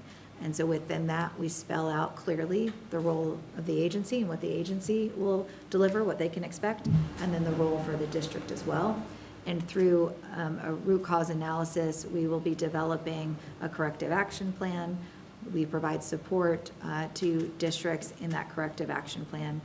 There is some complexity for some of our districts, particularly that are non-operating, where they are responsible for, let's say, the transition plans for their students, but they don't operate a high school. And so that's a role too, where as an agency, we can help to reinforce those expectations for those districts that they send students to, right? So that's also part of our work here. So this process is just launched, just an example of how we're really strengthening our oversight and with that, coupling it with support to make sure that, collectively as we're working together, we can achieve better outcomes. For our comprehensive support and improvement schools, so those are schools that we're required to identify through our SS state plan that are in the lowest 5% of performance. Within this, we have also increased the support that we provide to these schools, a similar structure as we're approaching the districts that have longstanding noncompliance. It's around being very intentional, data-driven, and clear around roles, expectations, and support, and what that looks like. And then we're shifting not just to focus on the areas of noncompliance or where we're struggling, but also to highlight effective practices. So our team has begun to host statewide webinars that are lifting up effective practices for school improvement and those professional learning opportunities are really exciting. We've gotten some great feedback from that and continue to host those. And again, it's an opportunity to also highlight what's working well and be able to share that across districts and educators in Vermont so we can scale those practices. So you're seeing, yes, we're providing a lot more targeted support for those schools and districts that are out of compliance or are struggling in certain areas, but we're also working intentionally to lift up those best practices and the bright spots where we really want to share learning statewide. Yeah. And then lastly, you've heard me talk a lot about our focus on special education. We want to be candid and honest that we've had some staffing turnover within our department. We've also, as a state, struggled with compliance, both at the state level and at the district level. And so to address that, we are having an external process review. So we will be contracting with an external partner to really review our processes within the Agency of Education to ensure that our procedures are aligned with the requirements of the IDEA law, which governs special education, and to help us to prioritize and triage where we need to make some improvements. So this is really intended to be a transparent review of current practices. It'll allow us to better document our procedures so that there is transparency and consistency, despite if there's shifts in staffing over time. And I want to call out our team because the team really is welcoming this review. And that doesn't always happen when you're bringing someone in to kind of evaluate how things are working. But our team really recognizes the need to have better documentation. Many of them came into the roles at the agency without having those resources and clear processes documented. So they're really welcoming this opportunity. And we see this as just another great resource for us to ensure that we're absolutely aligning our work in ways that are going to be most impactful, and that we as an agency are operating in a way that's really aligned to best practices. This work will also support us with an upcoming monitoring visit that we will have from the Office of Special Education. That hasn't been finalized, the timeline, but we know that it will be coming up. So this also serves a dual purpose of preparing us for that monitoring visit. In terms of federal updates, we have some positive updates. I shared, I think at the last meeting, that there was some thought around moving the grant management system. So as part of these interagency agreements, so the Trump administration has been clear about their intent to really move the work of the Department of Education under other agencies. And so as part of that, we have interagency agreements. And the intent was to shift to a new grant management system under the Department of Labor. There was a lot of concern about that from states across the country because they were worried about timing of getting access to the funding. Because anytime you switch to a new system, it requires training. There are glitches, there are delays, and we don't want a repeat of last year where we couldn't access our funds when we expected. So we worked also with our congressional delegation. Back when I was in DC, we flagged this as a concern. They've been also supportive of making sure that we get those dollars by July 1 for our title programs. And so one of the things that we really asked in working with our congressional delegation is that if there's a point where there's uncertainty if we the new system can deliver the dollars to states on July 1, could we keep the current system? That was kind of the basic request. And so USAID has done that review. I think they had some uncertainty about the viability of moving forward with the transition system. So the grants for this cycle will continue to be distributed through the G5 system. So that's the notice that we've received at this point. So we're hopeful that means we'll be able to get access to those title dollars in July 1. We've also worked with our national associations on this kind of work. So our focus has really been accessing the dollars. Additionally, we are about to submit a waiver request for consolidated administration. So we have an opportunity as a state to get permission from the U.S. Department of Education to be more flexible with how we are using our state set aside. So for all of the title dollars that our schools receive, there's a portion of that stays with the state to oversee, administer, and monitor those programs. As a small state, we get a very small state set aside. And given that there's a lot of restrictions on how those dollars can be spent, it can be really onerous and challenging for us as we're thinking about staffing and we're thinking about contracting in ways that are really aligned with the overall work we're trying to achieve. So our request is to have a waiver to give us more flexibility for how we use some of the title dollars, so specifically Title IIA, Title IVA, and Title IVB. The idea there is for us to be able to be more nimble and allowing us to improve the training and support that we're providing specifically for Read Vermont, a new math initiative that we're launching called Count on Vermont, and our focus on chronic absenteeism. So we put this out for public comment. The public comment period has closed, and we have received comments. We're responding to those and expect to have our final submission to USAID by next week or the week after, but are hopeful that this will give us some additional flexibility to achieve our priorities. Yep. I learned, thank you for this report, by the way, and I learned not long ago that ELL program or Title III maybe overall. Previously, we did not have any funds for monitored students.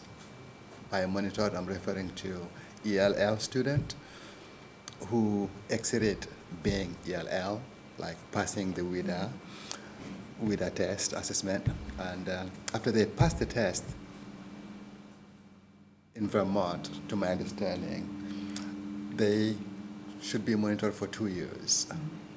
So during that monitoring phase, we did not have any funds for that to support those students to be monitored. Mm-hmm. But I learned recently that is coming in. So my question around this, is it kicking in starting from July 1 of next year? I mean, for the FY27? Yeah, so I would say Stephanie Vogel on our team is the best person to answer that question in terms of the funding implications, and I know she's also been working closely with Dr. Colby in this area. That's part of our broader work too when we're looking at the education transformation and our state funding is being intentional around ensuring that there's sufficient funding for our ELL students. But I don't know if Dr. Colby, if there's anything you want to add to that. Mohammed, the new weights will take into account those students. I think the challenge is, and Secretary Saunders, I know you're all working on it, is that the data systems don't necessarily count those students right now in the right way. And so we have a funding system that's going to take into account those students. But I think I think the agency's working on making sure that their data systems are catching up with that new funding mechanism.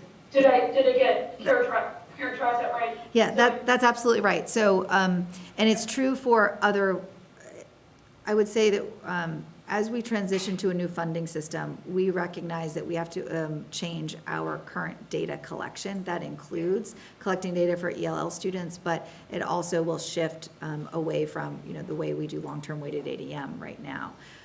We are in the final review process for a bid to bring on, this was actually funded through the transformation dollars, support with evaluating the current data collection methods in preparation for what needs to come and in producing additional reporting. So yes, there's a lot of operational work that needs to happen in order for us to shift to the new funding formula, and that's inclusive of ELL students and capturing additional specifications. But it's also true of just some of the enrollment and demographic information we're going to collect, and at what timing. Our timing is going to be an important shift for data collection moving to the foundation formula. It's also the case, Yep. Mohammed, for SPIFE. Yep. And the timing issue is also an issue for students with disabilities on when those counts come in, right? Versus when the weights are applied. So I think the agency, it sounds like you're working on all Yep. of that. That's right. Those are all kind of the same contingencies that have to get worked out. That's right. That's right. Thank you both.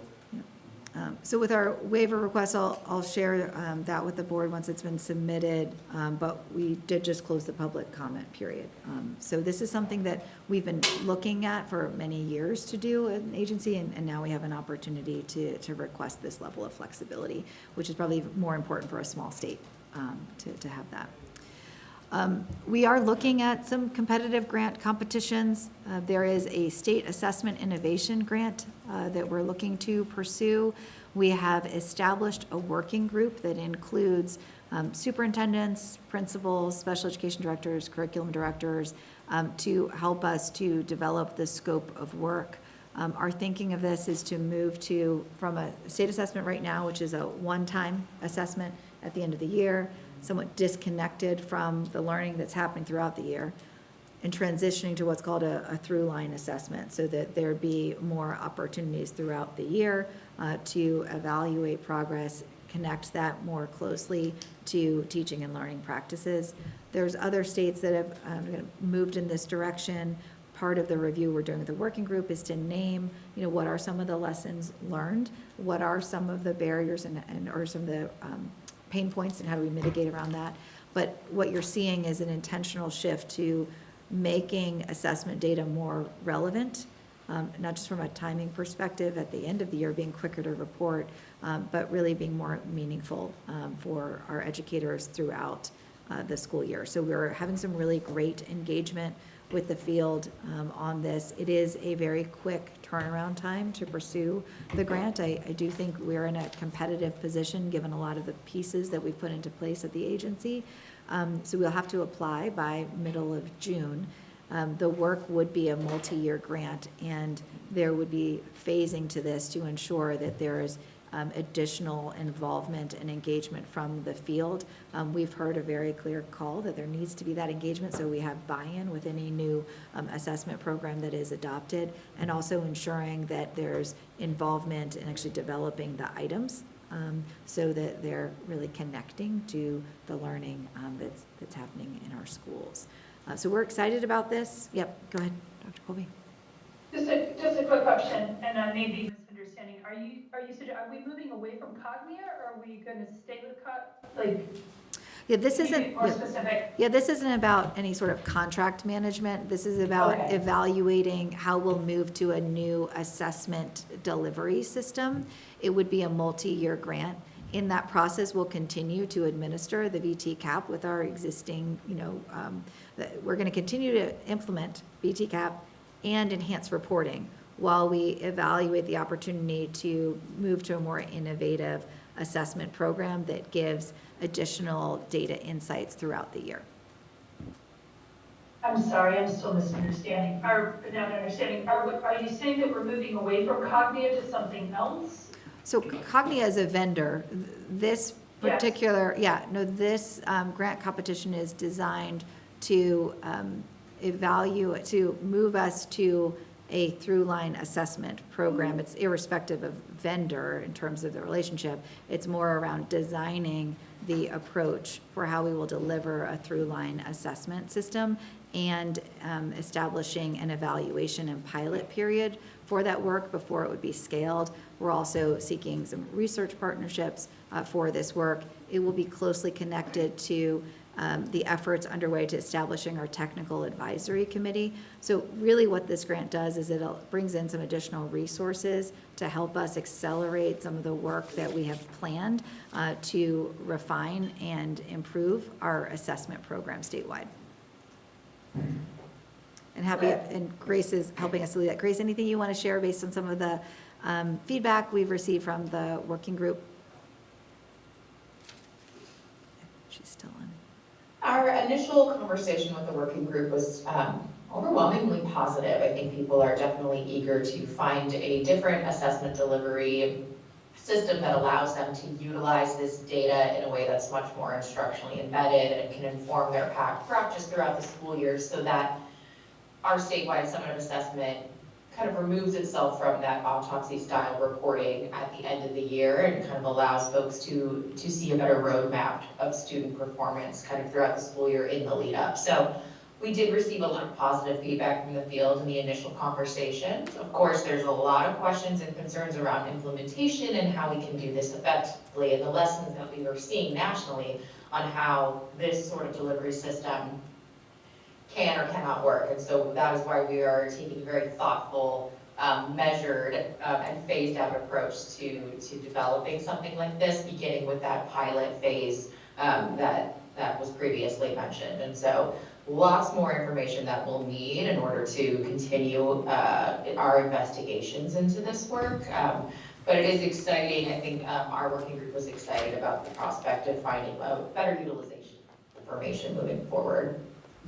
Yeah, I mean, yeah, that's right, Grace. I mean, there are good opportunities here, but I think what we are seeing nationally is with those opportunities can come additional burden, right? And Absolutely. So I think that's the key consideration. I'm sure it's on your radar screen, knowing what you've done in Tennessee, but it's, you know, when we're already not operating at scale, that's a key consideration here. Yeah. Absolutely, we're in agreement there. Yeah. Yeah, absolutely. And that's part of the importance of having the working group as we're developing the grant proposal and being intentional around designing a phased approach. So I've led school improvements in systems that have this type of an assessment program, both in Chicago and in Florida, and so know the benefits and also some of the potential drawbacks that we would need to mitigate around. So it's really helpful, I think, to be engaging in these conversations. The most important takeaway that I've had is we want to make sure that our assessment program is generating results that are meaningful and are supportive of decision-making. And we have heard consistent feedback that the current system is very disconnected from the learning that's happening and the planning that's happening in schools. So it's really a two-part strategy. One, we're going to accelerate reporting so that data become accessible earlier, and we're doing some enhancements. And then two, it's piloting some different ways to really administer our program in a way that's more meaningful. So exciting. We don't know if we're going to get the grant opportunity, but wanted to signal that this is something we are pursuing and is consistent with what you're hearing about our intentionality and the work we're doing to ensure everything is aligned to effective teaching learning practices and involving the field in developing that. So even if we don't get this grant, I want to be clear that there are certain things that we are going to move forward with. We are going to stand up a technical advisory committee because we recognize the need to have support from different experts around revising our methodology, including establishing a stronger growth metric as we look at strengthening our accountability framework. So that technical advisory committee, we're hoping to launch in the summer. That's really critical for us to get the right level of expertise to guide this work. And then we are working to enhance reporting as early as this fall. That's why we're bringing on some additional resources to help us with that work. So I think that might have been all of my updates.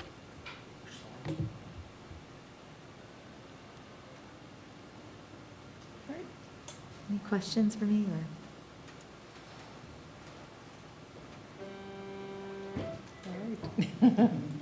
Phone a friend? I wanted to ask you a question. Yeah, okay. Very helpful, yep, very comprehensive. So we're slightly off schedule. I think I'm going to push ahead on the committee updates. I know we've got the presentation, unless We had change, and actually, Mr. Maysworth is going to present, is actually not going to be able to present. Okay. So I don't know, Caleb, if you want to say anything about the program or what we were hoping to convey, but we can definitely. We can look back to it. I think push forward with committees.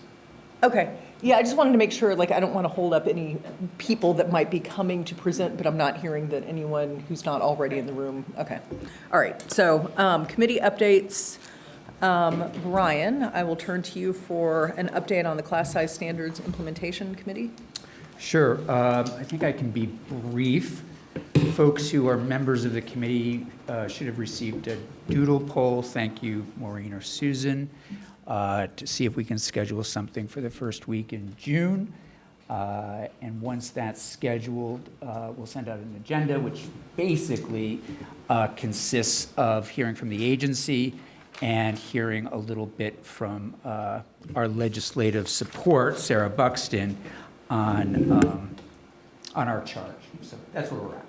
Yeah. Have you, I know we talked before about how you were going to get resources and send out to committee members. Is that We been- haven't yet. Okay. We haven't yet, but we will be. We'll give people plenty of time to read them. Okay. Yeah. And I would say that first meeting will probably be a couple of hours. And I don't know if you're going to talk about this, Jennifer, but when we were with our legislative colleagues, there was some conversation, which I'll let you update people on, around deadlines and that sort of thing. So that might shift things a little bit. Right. We'll push forward with our work. Okay. Great. Anyone else want to add anything or any questions for Brian? All right. Legislative Review Committee, just a good segue. So Tammy, Brian, and I had our meeting on Monday. As I mentioned at our last meeting, this committee has kind of settled into meeting on the Monday before the board meets on Wednesday. And the benefit of that really is that if we had met with our legislative friends a week ago or 2 weeks ago, that information would be stale by now. So this is about as close as we can get to our monthly State Board of Education meeting to provide the update. And we only met with Senator Seth Bongartz and Representative Peter Conlon at our meeting on Monday. And basically, and you may have seen this in the news, but they're nearing the end of the legislative session. H 955 passed out of the House, I believe, prior to our April meeting or shortly thereafter. It's now in the Senate. The Senate has made some meaningful changes to some of the language, and what we heard from Senator Bongartz is that the Senate Education Committee is in conversation with the agency and the governor's office to really try to see what language they can settle on that would sort of maximize everyone's satisfaction. But I think this is always sort of crunch time in the legislative process. No one can really predict where this is going to land. I think many conversations still need to be had, and we'll see. So no substantive update on that point, other than to say they're having meaningful conversations. With regard to the class size minimums, as Brian just alluded, that deadline will change. The earliest so currently in Act 73, I believe the State Board of Ed was charged with commencing or updating EQS and 2200 by August 1st of this year. And I think now the House version has that kicked out a year. So, the effective date would be kicked out by a year. The Senate version could potentially kick it out even farther because the Senate version, I think, is tying class size minimums to the foundation formula, and there's like a longer on-ramp for effectiveness. So even if we went with the House version with an effective date of August 1st, 2027, if you kind of retroactively, do the 8 months for APA rulemaking, that means that the committee would really need to commence by October, November. And we'll see what happens again with the legislative session, if the House version is what's picked up, or the Senate version, or something. You're talking about our committee? Well, in terms of like the deadline Oh, for yeah, we should, when. yeah, right. But we'll know more, Yeah. you know, in the next few We'll get weeks, going like in what June. that Yeah. deadline actually looks like. But the earlier deadline means that the State Board of Ed would have to commence rulemaking by, you know, probably October, Mm-hmm. which is a little bit later than the August 1st that was contemplated in Act 73. So, to be continued. And one of the things that we'll do in the committee is we will reach out to school districts across the state to see if there are any questions they have, any concerns that they might have around guidance going forward, and address those individually with the agency. We also heard from Senator Bongartz that the House is concurring with the Senate's version of chronic absenteeism, so that bill will probably go through. We also heard, well, the board may recall, last month I was invited to testify about S313, which was the CTE bill. So I did. I met with, which House committee was it? Commerce. Commerce, yeah. Thank you. And there was I think they were hoping that there would be a faster way to update our career tech rules than to undergo a formal rulemaking. And there isn't. You know, like, if the State Board of Ed is going to update the rule, it is a process that is guided by statute, and we can't truncate that process. What we did here is that the agency will be providing updates to the field, sort of clarifying some definitions, which takes it out of the rulemaking process, but I think is able to more nimbly meet the needs that are being articulated. So it doesn't look like the State Board of Ed is going to be directed to do anything with regard to CTE yet. Everyone knows those rules are dreadfully outdated. They need to be updated, but it's still in a state of flux. And for the State Board of Ed to update a rule series, it's a very laborious process. It's an expensive process, and it doesn't really make sense to do it once and then immediately do it again. It would be a better use of resources to really understand what the directive is, and then we can work within that framework. So nothing that I've heard about CTE coming toward the State Board of Ed in the near future. And Representative Conlon basically echoed a lot of what Senator Bongartz had said. He had also announced that he's not running for reelection. So that's going to create a void in House Ed next year, and presumably there will be a new chair. So, Tammy or Brian, do you and either one of you want to add anything? I would just say, Senator Bongartz feels as though the absenteeism bill is probably one of the most important things they worked on this year. And he mentioned it came from the agency, so thank you for that. And the only other thing that I think we discussed was when they really might wrap things up. I don't know if you said this, but they think a week from Friday. The Senate would. Yeah, the Senate, yeah. Vote and, yeah. Yeah. Yeah. Yeah. Yeah, I guess they have senators vacate, I mean, there are a bunch of things going on there, I guess. It's been tricky. It's always a bad thing when they go past Memorial Day. Yeah. All right. Tammy, I'll turn it over to you for the update on the Student Performance Standards Committee. Yeah, we are continuing to meet monthly. We had our meeting last evening, and our focus right now is on the graduation standards that were been proposed by the Agency of Education. Last night, at our meeting, we focused on identifying sort of what are the major topics and considerations we wanted to dive deeper in on or that we needed further understanding. And it was really a working session. I know we did have some folks from the agency attend, but it was a working session for the committee to really get our heads around things. We had taken in some important testimony in our last meeting around some of the considerations and concerns from the field. And I think we just needed some time to process that and prioritize the kinds of things that we need to know and where we want to go. So we did that. We came up with 3 primary buckets of work that we need to get clear on.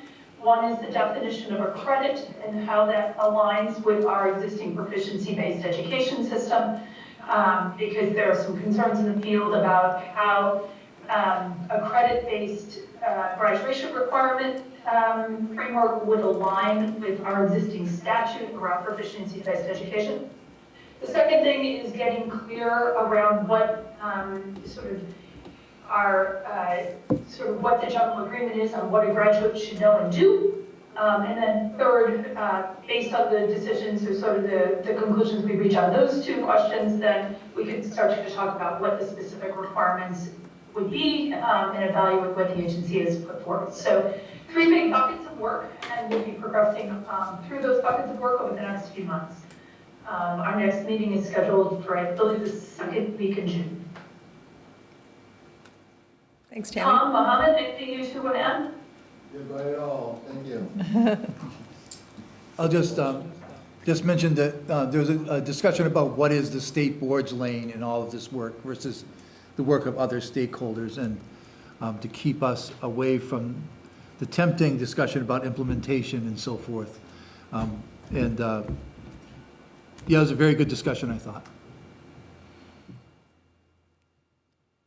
Yeah, one of the questions, we had a couple of strategic questions that we just worked through last night as a group to think through. And one was, what belongs in what is policy? What belongs as policy and what is implementation? And I think that's, because particularly if you read the federal assessment of the system, there are things around, there are sort of nods towards needing things as policy, and then there are nods toward things that need to be strengthened in terms of implementation, because we have uneven implementation around certain aspects of, I guess, in curriculum and instruction. So I think what we try to do is think both in terms of what's policy and what's implementation, but also get real clear about what's already in statute, and sort of how all these pieces are going to line up. All right. Well, thank you all. All right, Caleb.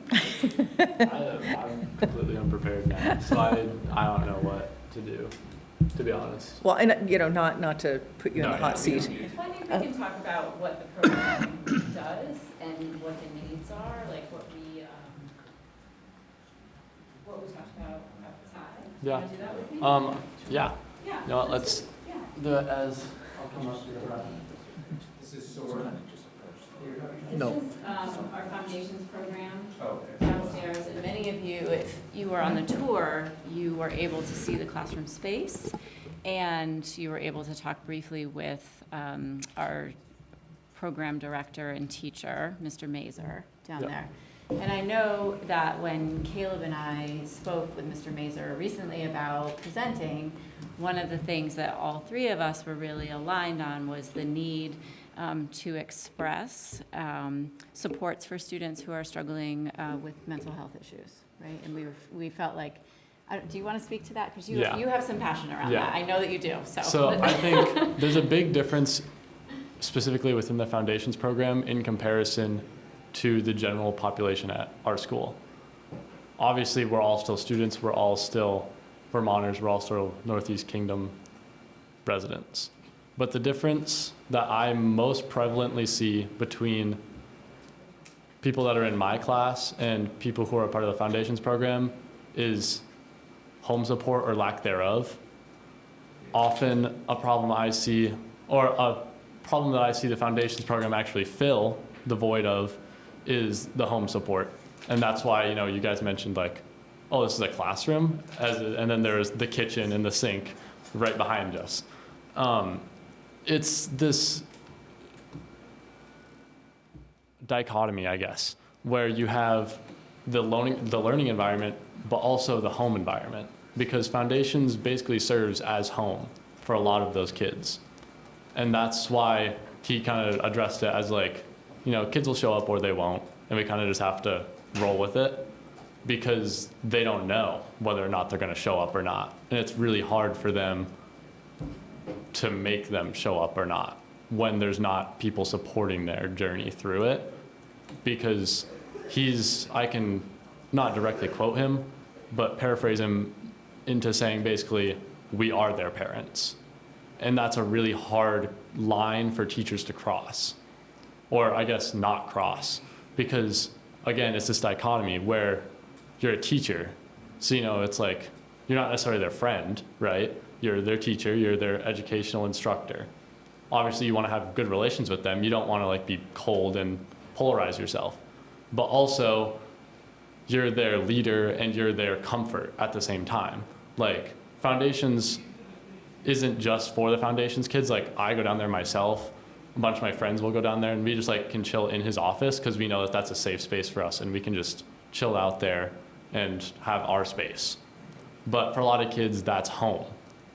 It's not their bedroom, it's not their bed, it's Foundations, or it's Mazur's office, or it's Deidre's office, who he quoted as he is her assistant, because she also works incredibly hard, incredibly hard. We have 3 in-school therapists, and she's also licensed in child service work. And I told a couple people this, and I'm comfortable to say this in front of people, that Mazur often has these interactions with students where they basically say, like, I have suicidal ideation, or even my parents do, right? And that's really hard for a high schooler to have to go through. Like, oh, my parent is actively telling me they want to harm themselves, right? And he says, oh, go see Deidre, right? And they say, no, because I don't want to get a DCF call home. And how do you deal with that? And I don't think there's a proper answer to that, because that's not something that's necessarily meant to be in school. That's a home issue. But the problem is that is home. So it's this really hard line where you're at school, but you're also at home. And it's a really hard system because they do work so hard. And I've seen them like in classes, and they do work really hard. And I really admire the work that they do because it's not traditional. It's quite the opposite because they work on those life skills, but they're also doing the math compartment, the science, and they work really hard to like do that. Like he kind of played it down with the whole like, oh yeah, we made pickles, but like they would like, they pickled carrots, they pickled apples, they pickled, whatever, name it, right? And they actually did like the science of it, and they had to write a report on it, and they did all this and that. And that, even though it's a simple process, it's so different than what those kids are used to that I think it's so tremendously important. I think it's tremendously important that it continues to function as it does, and it needs more support than it gets. But also, it shouldn't have to be that way at all. Like, should there be this, of course, like loving, home-esque support group that you can find in your school? Absolutely, always. School should be that. It shouldn't be a place you don't want to go to. But it shouldn't have to be your home. It shouldn't have to be the place where you find the most comfort. It shouldn't have to be. Can it be? Of course. You can find comfort wherever you want to seek it, but it shouldn't have to be. And that's what I think they struggle with most, is towing that line between home and educator, because they know, obviously, once you cross that line, it's really hard to not necessarily go back, but maintain it in a healthy way. And they do an amazing job. They really do. Like, I am astonished at how hard they work and all the work that they do. But it's so hard. It's so hard. So when we were touring down there, and I did not realize, it was only in talking to you afterward that I realized like what we were looking at.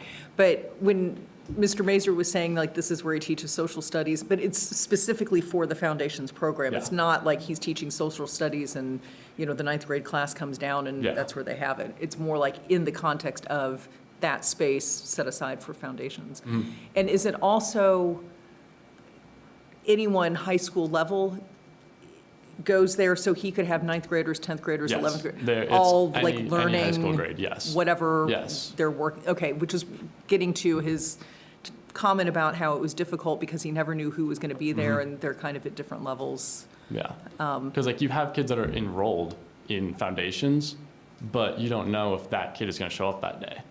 And if they haven't showed up for 2 weeks straight and then suddenly they appear for the next week straight, where do you start from? Like, you can't backtrack 2 weeks and then have them restart. So where do you find that spot? It's really, yeah. So let me ask, how long has this program been in operation? How did it get started, and how do you decide who goes? I mean, maybe not for you, but like the superintendent. Yeah. How do you decide who's in the program? Well, that's a team effort, right? It's a team approach as far as students who are, again, struggling to maintain and be in the regular classrooms, like Caleb said. Oftentimes, students who are struggling with truancy, again, really struggling with just getting themselves here to campus in the building, they need a space where they know they can just be themselves, and there won't be this pressure on them, right? I call it like the pressure to perform, the profession to, or the pressure to norm, right? So this offers them this alternative space right here at school. And I think it's extremely important to note that the door is always open.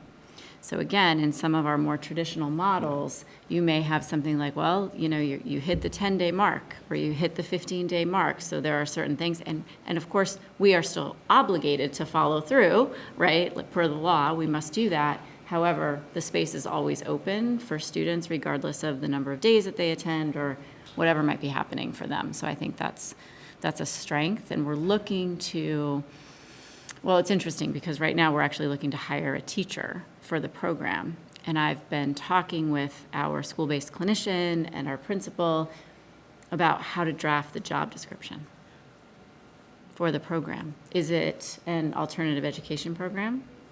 We had conversations about the fact that it was not a special education program, although some of the students who attend the program may need specialized instruction. So we have to keep that door open, right, and resource that. Right, we want to ensure, again, graduation standards, right, education quality standards, that we're meeting, all of those benchmarks as well. So again, drafting a job description for a program such as this has been an interesting challenge. Yeah, I think. I do want to differentiate it from special education, because that's not what it is. Like That's- she said, there are students who require special instructions within it.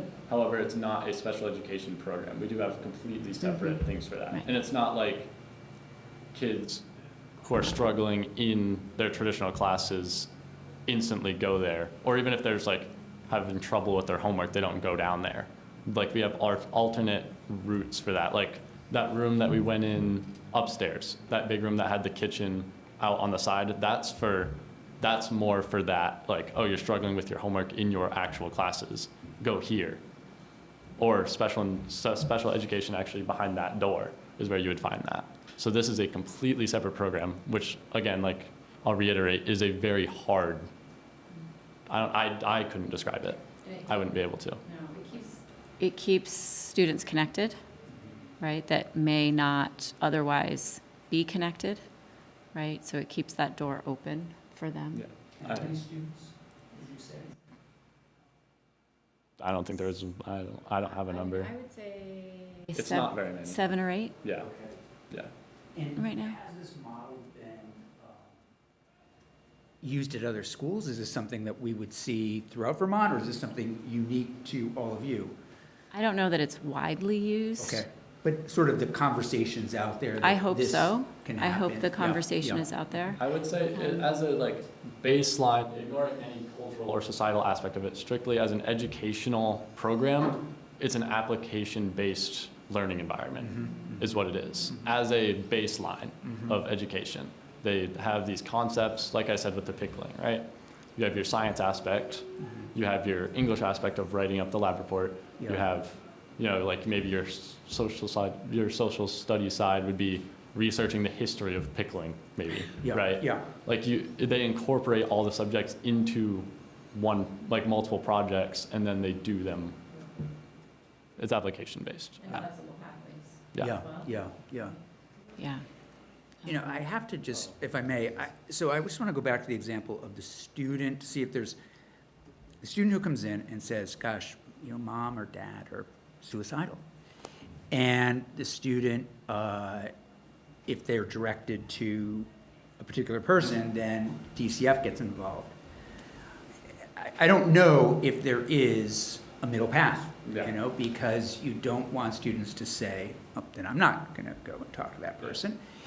And it's probably a legislative discussion. I don't think it's a school board discussion, policy. Maybe it is. But there has to be, that's a problem that I feel like could be solved, should be solved.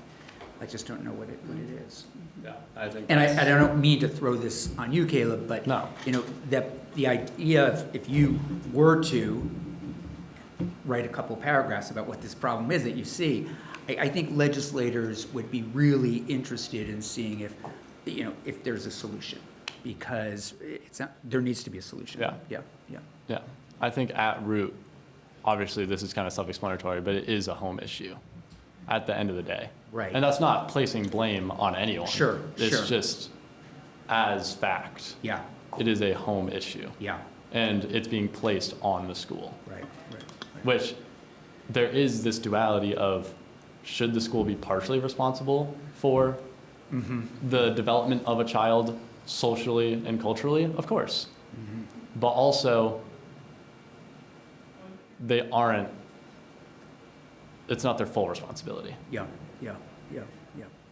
Yeah, thank you for that. It's well said. Mohammed, you had a question? Yeah, I do, but what you just said also is beautiful. This is like the Roots on Wings, and it sends me to my beautiful song about how many schools there are in our world. I always say there are 3 schools. The first one is home. The second one is the environment in which the child is raised. Could it be their neighborhood or anywhere else? And where we are right now, to me, is the actual 3rd school, which makes our jobs really hard. And you cannot teach a child without getting involved in their home life. It's impossible. Yes, many educators feel that, but you can't. You have to go for it. That's where you understand the child and their needs. You have to question the child. You have to interact with the child.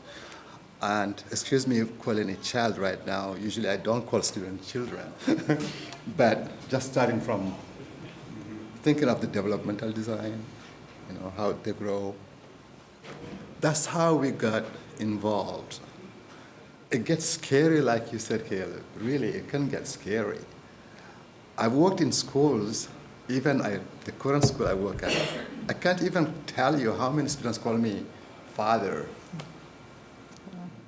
Seriously, I see them in the mall, it's father. I see them in the classroom, hi father. In the lunchroom, it's hi father. I learned a lot through that. And what I liked about this program right here is the way you're calling it foundations. And changing the name for it could actually could become problematic. When you started describing it, I was thinking of, oh, this is technically support services, student support services. Could have been just named like that. But then, when you name it that, it falls under special education. And when it falls under special education, that's where all the boo-boos come out. Or the assumptions, maybe students may even stop going there once you change it to special education and or anything else. I think you have the beautiful name for it, foundations, and let everyone come in and get what they need. I support what Brian just said. I think the rest goes to the legislation. Yes, it will take forever, but I think that's the next step. And I would encourage you to do the way you're doing it. Because some students come to school because that's where they find love, you know. Some students don't want to stay home because they don't see love at home. It's unfortunate. We cannot choose who our parents to be. We can't. None of us has chosen that. You can only be lucky to have a parent whose structure worked well for you. That's how it works. So you are building the roots here. Keep it up. And please don't change the name. Think about what I said. Changing the name would jeopardize everything. We won't change the name. And I'm happy, Yeah. actually, I don't want to put this on you, I'm happy to press No. the button for it if you're Yeah. happy to do that, so. I'm curious, oh, go ahead. I just had a question as you're describing this, how you see this comparing to a community schools model. So Yeah. you're describing a program, and the community schools model is really doing the integration around school and community as a kind of a system holistically. And just, I think there's an opportunity to collaborate with some of our community schools across Vermont to do some exchange of learning around where this fits, how you see this program differently, how kind of what the different models are in terms of connecting all students with the type of integrated support that they would need to thrive both academically and to ensure that they're getting that wraparound support. Because what you're describing too is that I think sometimes the supports might be different, right? And so, there's often kind of a continuum of supports that may be needed outside of a core group of students that may be identified for this year, and thinking through, what are those opportunities to connect the dots, right, across all of the different partnerships, because I think what I'm hearing you describe is the school being a real hub of the community. I think there's some opportunity to collaborate with other schools across the state that are doing a similar model. Is there any money left from, we did the community schools, Bill, is that money gone to? It's appropriated. I mean, there are schools that are participating in that, and there's not new money for new applications at this point, but there are existing schools, and we have a partnership with UVM. There are also different grant opportunities, like community schools, Promise Neighborhood, that are kind of in keeping with what we're describing. So just be interested to learn more as you think about the organization and the structure and the sustainability, because I hear that's part of the question that you're grappling with. Yeah. There was a study done, I remember having to do alcohol and drug abuse training as a teacher. We all had to do this. But I remember this one study that I read that looked at a 25-year study of people who are growing up in a family that had drug addiction, criminal behavior, sexual activity, inappropriate, just all of those things. And they looked at, a lot of people go on and follow this family legacy. They're going to go on, they're going to be alcoholic, they're going to be an abuser, they're going to be that. But what happened with the kids that didn't do that? And they did this 25-year study and found that there were 3 conditions. One was they had a talent. Another was they had a way of getting out of the house, like a third space program. And the third was they had a person, and very often that person was in the school. So I really commend you and what you're doing. Think about throwing in some Tai Chi. Sure. Yeah, it's some amazing stuff that's happening with Tai Chi. Do you see more kids graduating by virtue of being in this program? That I can't speak to with any factual data. I'm not sure. Can certainly look into that. I don't know what that, And I'm curious too, like as we think about graduation requirements and, sort of moving to a, demonstration of proficiency in certain areas, what is the conversation that needs to happen between, setting those requirements and then also sort of recognizing, how do you handle a kid who doesn't show up for 2 weeks and you want that kid to come, and to provide an adequate amount of learning under, challenging circumstances. I would reiterate, it's not that I place blame on the school, or do I place blame on foundations? No, it's just acknowledging, like, Well, this is an issue that collectively there's we're a responsible. cultural problem in an area where this is the poorest district in the state. It is inevitable that there will be higher alcohol abuse rates, higher drug abuse rates. I mean, as students, we know it. It's just fact. We can look at a town and say, oh yeah, if I had to choose a town out of these 7, I know I wouldn't choose that one. Because it's just living here, oh, that town has historically had more crime or more drugs or whatever. And that's just a normal thing. Like, it's not even second nature. We look at it and just go, oh yeah, that town, yeah, we know that there's more people that abuse drugs in that town. Or this school, yeah, we know that that one has historically had a less quality education compared to this town's. And it's just kind of been, that's just how you grew up. That's just what you know. And I feel like there's this battle against the norm where obviously you don't want that to be the norm. You don't want to look at a town and say, oh yeah, I know that about them, and make that generalization. But it's hard to battle against that when you're living in it and you're witnessing it. And like you drive down the street and then you see proof of it. I don't blame the school, I don't blame foundations. It is a cultural problem that I can't definitively say I would have an answer to. And I echo Secretary Sanders around seeking hands or more ideas from community schools. We do have situations like this where I work at, but we do not have a specific room for so-called students. We have multiple resources in-house. We have additional resources with external providers such as Howard Center clinicians could be helpful in these kind of situations, but again, funds, money could become problematic, but social workers can help a lot in this aspect. Kate did say everybody needs somebody, basically, so it's just a matter of finding your person, your right person, who can see you, understand you, hear you, to support you.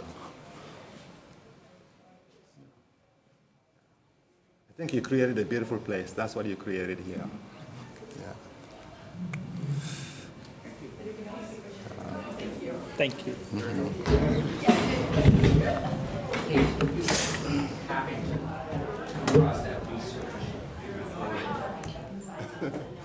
Yeah. I can look around. Okay, thanks. Yeah. All right, so now we're a little ahead of schedule, but do we have SOAR with us? Do they need to be with us, or do you know if they were planning to come? I don't know, but I don't think they need to be with us. Okay, turn it to you. Okay, we have one school up for reapproval, SOAR, which surprisingly is not an acronym, it's just a capitalized name, is a therapeutic independent school serving students in grades K through 12, ages 5 through 22 in St. Albans, Vermont. At the time of the visit, they had 46 students. Their capacity is 69. Those students were split pretty equally between their elementary school program, their high school program, and a program they call LEAP, which is specifically for students with autism. They graduate roughly 6 students per year, and about 30% of their students, on average, transition back to high school, their public school. There's been a sharp dip. They've seen a sharp dip in enrollment since COVID, especially at the high school level. They do have some students who start part-time. If they're not currently in school, they'll go to school part-time to see if they can actually do school. They do offer extended school year services beyond their 180-day calendar. What's unique about SOAR, and we've seen this model in other schools too, it's an educational placement with special education services, but it's also a day treatment facility specializing in clinical and behavioral supports. It's under the auspices of the Northwestern Counseling and Support Services from St. Albans, and that gives students access to embedded clinical treatment and support services during the school day. They also have access, because of that relationship, they also have access to services once they leave SOAR. It's governed by a board of 12 members, including professionals, clinical providers, leaders of nonprofits, and Northwestern Counseling and Support Services. It is a self-perpetuating board with members serving 3-year terms. You can re-up a number of times. I think the number is 3. Its role is primarily advisory, meeting 2 or 3 times annually. Most of the work is done in standing committees. For example, the committee that oversees SOAR is the Children's Division, and that committee has 6 to 8 people. It does also provide some budget oversight and evaluation of the head. Besides its academic program, the school provides some extras, concerts and talent shows, school-wide meals and special dinners. They have what they call Friday learning communities that allows students to choose some activities on Fridays that mixes the grade levels. They do also have some basic sports instruction. They do offer some vocational services. They have a vocational services coordinator, homeschool coordinator that provides resources, food, job site assistance, extracurricular programming, in connection to the referring school. They were in compliance with all applicable state board rules. And so, on behalf of our committee, I'd like to make a motion that, thank you, the State Board of Education grants renewal of therapeutic independent school approval to SOAR Learning Center of St. Albans, Vermont, serve students in grades K through 12, ages 5 through 22. The renewal approval period is for the full term of 5 years through June 30, 2031, and is conditional on the requirement that the school reports to the Agency of Education within 5 business days whenever any changes occur in enrollment programs, policies, facilities, financial capacity, staffing, or administration during the approval period. So that's my motion. All right, thank you, Tom. Is there a second? I'll second it. Thank you, Rich. Any discussion? I think I remember reading in the report that they are able to have sports programs, which not all therapeutic schools are able to do. They have basic sports instruction. It's not like one of the previous schools we approved that actually had a flag football game with another school. Oh, right. But they do have basic sports instruction. I thought it said somewhere they didn't because there was no concussion policy. Right. Okay, I must Right. remember No, from they last just month. have, they just have, they have basic sports instruction, but no, Okay. they don't compete. Oh. Hi, Tom. I just want to clarify that some of the regular PE classes, the high school kids mentor the younger kids in the curriculum of sports skills and hand-eye coordination and other types of things throughout the school year. So it's a traditional PE class with some student mentoring components. Thank you. Anything else? All right, hearing none, all those in favor of approving the motion, please raise your hand and signify by saying aye. Aye. Aye. Any opposed? Any abstentions? All right, the motion carries. Thank you. All right, next up, we have Aaron Davis with us to provide an update on education quality standards implementation.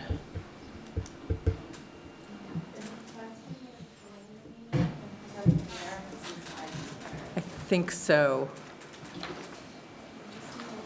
It's great to see you all again.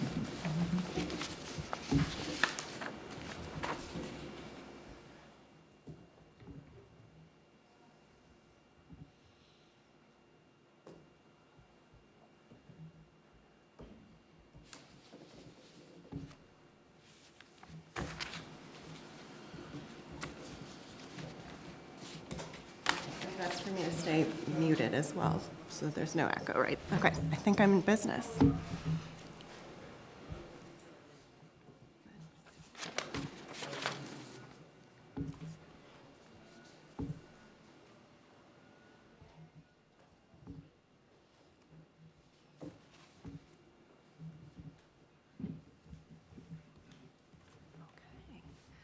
So thank you all for giving me the opportunity to speak to the education quality standards implementation work that the academics area of the division has been leading recently.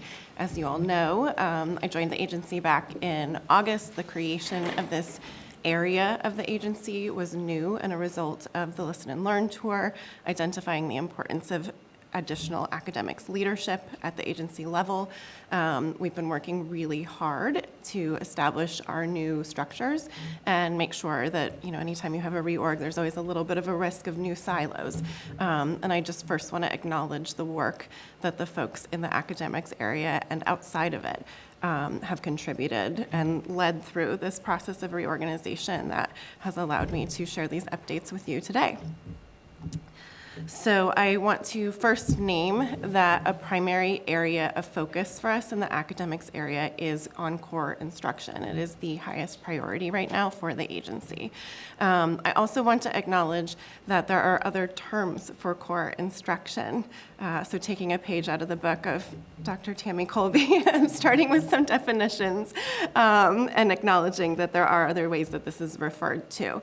So Tier 1, universal, general education curriculum or instruction, first-time instruction, grade level instruction are all ways that this is sometimes also referred to. So for the sake of clarity, wanted to start by addressing that. Core instruction is not formally defined in Vermont statute or policy. So I'm starting just kind of with the broad understood definition within the field of education, that core instruction is the universal on grade level teaching that's provided to all students in the general education setting. And so within a multi-tiered systems of support system, MTSS, core instruction is Tier 1. That's why you sometimes also hear it referred to that way. And while core instruction is for all students, we want to be intentional to recognize that this is not meant to be a one-size-fits-all approach. Core instruction should always be aligned to on-grade level content standards, and the instructional strategies themselves, in terms of how we're delivering the curriculum, are the ways that we can ensure that it's differentiated to meet the needs of all of the diverse learners in a classroom at any given time, including learners like multilingual learners and students with IEPs. So I also want to commend our communications team because they've been doing some revamping to our academics areas of our website, and we have updated the content areas section of it. Of course, this is aligned to the EQS content areas. Yes, they're in very nice tiles now. They've got links directly to the state board approved standards, and so it's much more accessible and easily navigated. And so, of course, with this focus on core instruction as a priority, we wanted to make sure that we were able to direct people to and access those standards easily. Okay, so I'm going to first ground us in the importance of core instruction to help everyone understand why this is a key priority for us. We know that when students lack access to core instruction, the entire educational framework, not just at the classroom level or at the school level, but also at the district and the state level, collapses into a very reactive system. And there's some additional impacts that I want to outline. So when students aren't getting access to that grade level instruction as their core instruction, the schools end up having to attempt to provide supports to address those gaps in the students' learning. And they're trying to do it faster than new gaps are being created, which of course, as we move kids through from one grade level to another, that easily compounds on itself and it overburdens the intervention supports that schools are trying to provide to meet those needs. We also know that when core instruction is inadequate, entire classrooms or grade levels can fall behind simultaneously. So it no longer ends up being the minority of students who need those Tier 2 or Tier 3 supports for intervention. Once it reaches this scale, it becomes very challenging to address those compounded effects as they fall further, as a significant number of our students fall further behind the grade level expectations of them. We also know that there's direct connections to behavior with this. If students are not feeling successful in school, if they're not able to access that on grade level content, if they're not given opportunities to access that grade level content, that can result in behaviors that are disruptive, either out of frustration or apathy. if they know that the hard work that they're investing isn't necessarily yielding the outcomes that they want, and they're not getting the supports or the access that they need. And this affects our students both who have learning gaps, but also our students who might be ready to be pushed and stretched beyond the grade level expectations. So it's really important that we've got that strong core instructional focus. And lastly, I just want to point out that there's a direct connection to special education identification. It becomes less reliable for us to identify students who actually have disabilities that are leading to the learning gaps that they are showing in their performance at school when a significant number of students are not getting access to that core instruction happening in the general education setting first. Again, it becomes a downstream problem that if we don't go upstream to address through core instruction, we're never going to be able to get ourselves out of it. Which leads me to this quote that I cannot take credit for, and unfortunately I don't know who to give the credit to, but you will often hear folks within conversations about multi-tiered systems of support say you can't intervene your way out of a tier 1 problem, right, because it's an upstream challenge. The good news is that here in Vermont, we actually already have legislation that addresses this. Act 173 from 2018, of course, is an act related to enhancing the effectiveness, availability, and equity of services provided to students who require additional support, has already outlined for us 5 best practices, the first of which is ensuring core instruction meets the needs of most students. We, of course, have additional best practices that are outlined, but we feel that there's a reason that is the first one listed here, and that is going to be our primary focus, particularly for the upcoming school year at the agency level. I like to say you can't boil the ocean. We can't do everything at once and actually have the impact that we hope to, so we are taking this slice to be our primary focus right now. We actually referred to this back in September.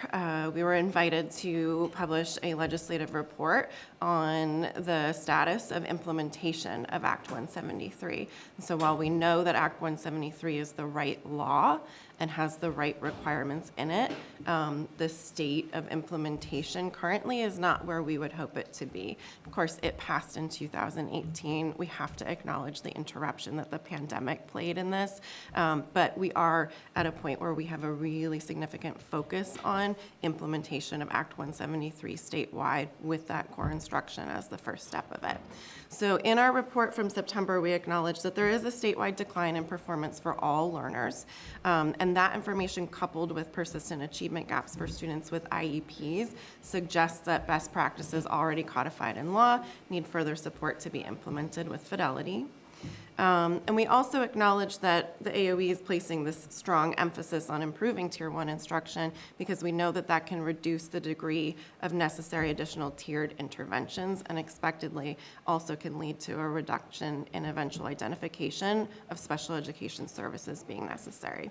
Quality Tier 1 instruction requires careful selection and implementation of high-quality, standards-aligned curriculum and instructional materials, programs, and practices. So it was a lengthy report, as we like to do sometimes at the agency, but I want to specifically pull these 2 sections out of it because they are really the focus of our work right now. And I want to share, this is not a uniquely Vermont challenge, particularly coming out of the pandemic. A lot of students have very significant learning gaps that need to be addressed at this time. There was a study done by the New Teacher Project that they titled The Opportunity Myth. They published this back in 2018, where after they followed 4,000 students and reviewed 5,000 assignments in class during core instruction across 5 different school systems, they found that, oh no, I have a typo in there, 26% of the time that was observed, students were given assignments that were on grade level. So only 26% of the time were these students being provided on grade level assignments. And that is, this is nationally.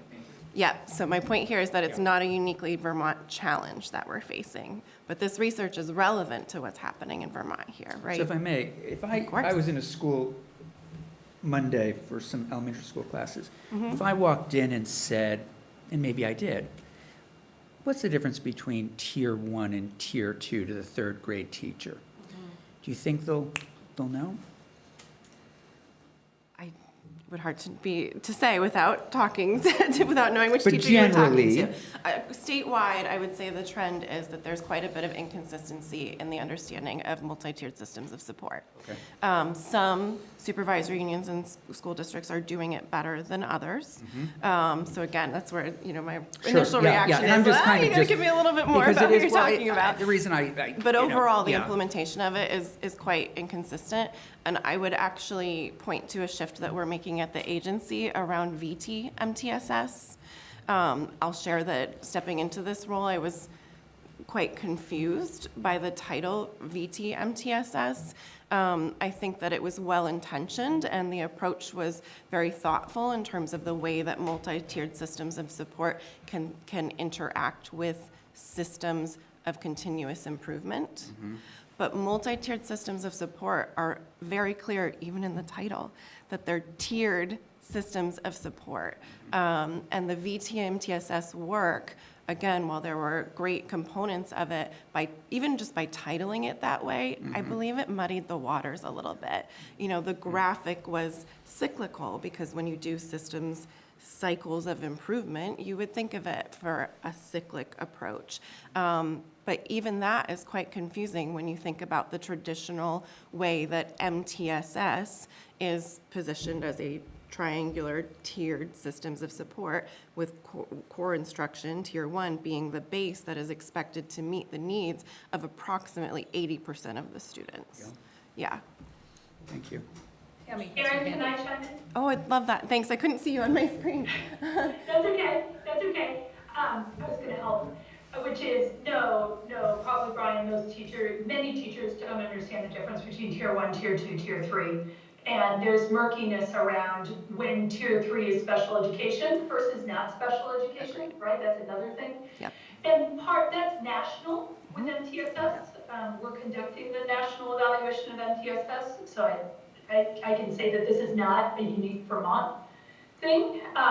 However, Vermont is unique in that we were the first state in the country to have something called educational support systems, or ESSs and ESTs, which predate response to intervention and those other kinds of policies and practices and programs. And so on the one hand, Vermont has this long, rich history of having educational support systems that are intended to be tiered and then intended to be integrated.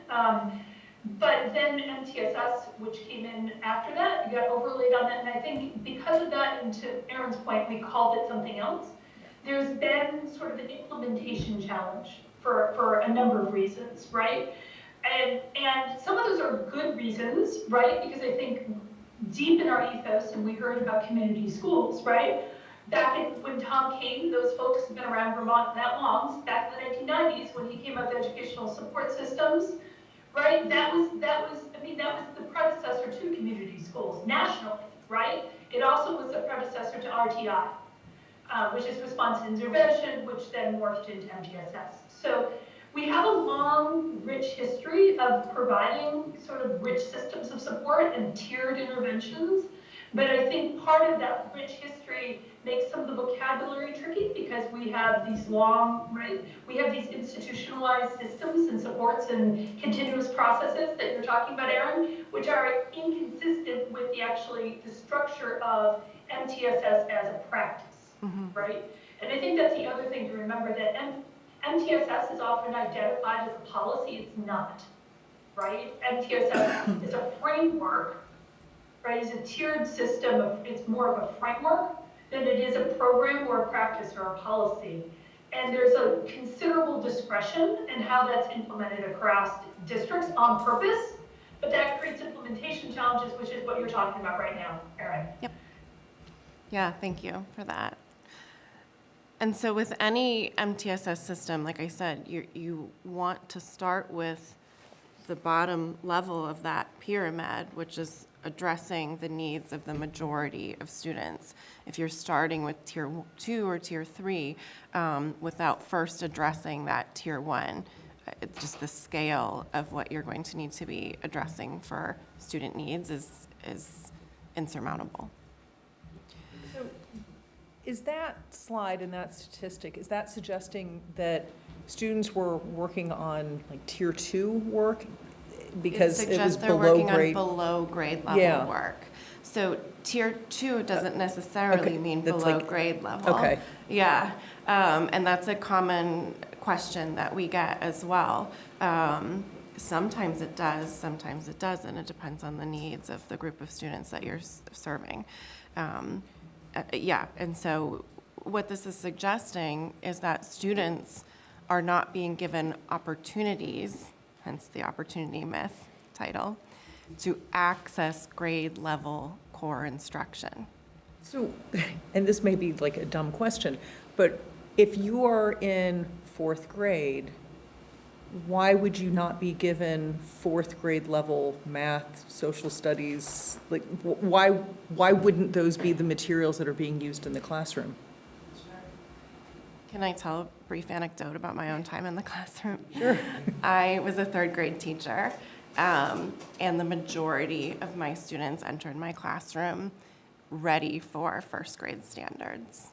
I taught 3rd grade. Most of my students entered my classroom already with 2 grade levels of a gap.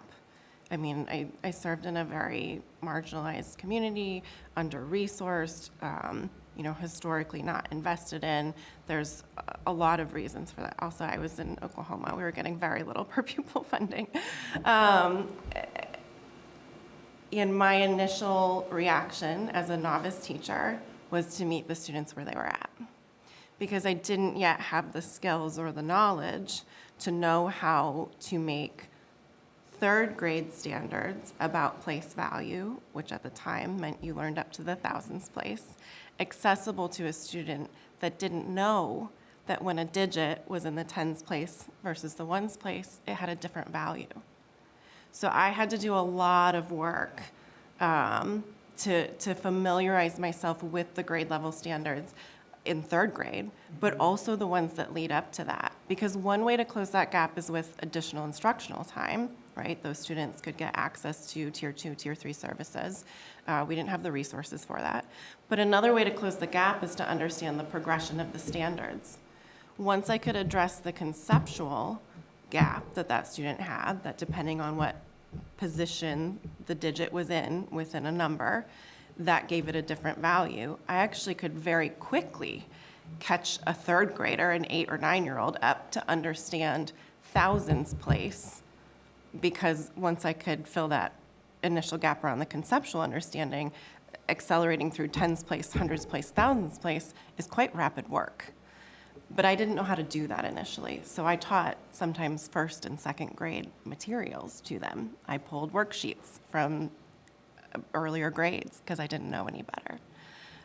So that's the work that we have ahead of us as a state, right, is how to meet the needs when we're in a position where a critical number of our students have that level of a learning gap. And I have a really deep-seated belief that it's possible, and that this is the conversation that we need to be having right now. Thank you. Yeah. This topic is something that makes me fear when we start talking about class size minimum.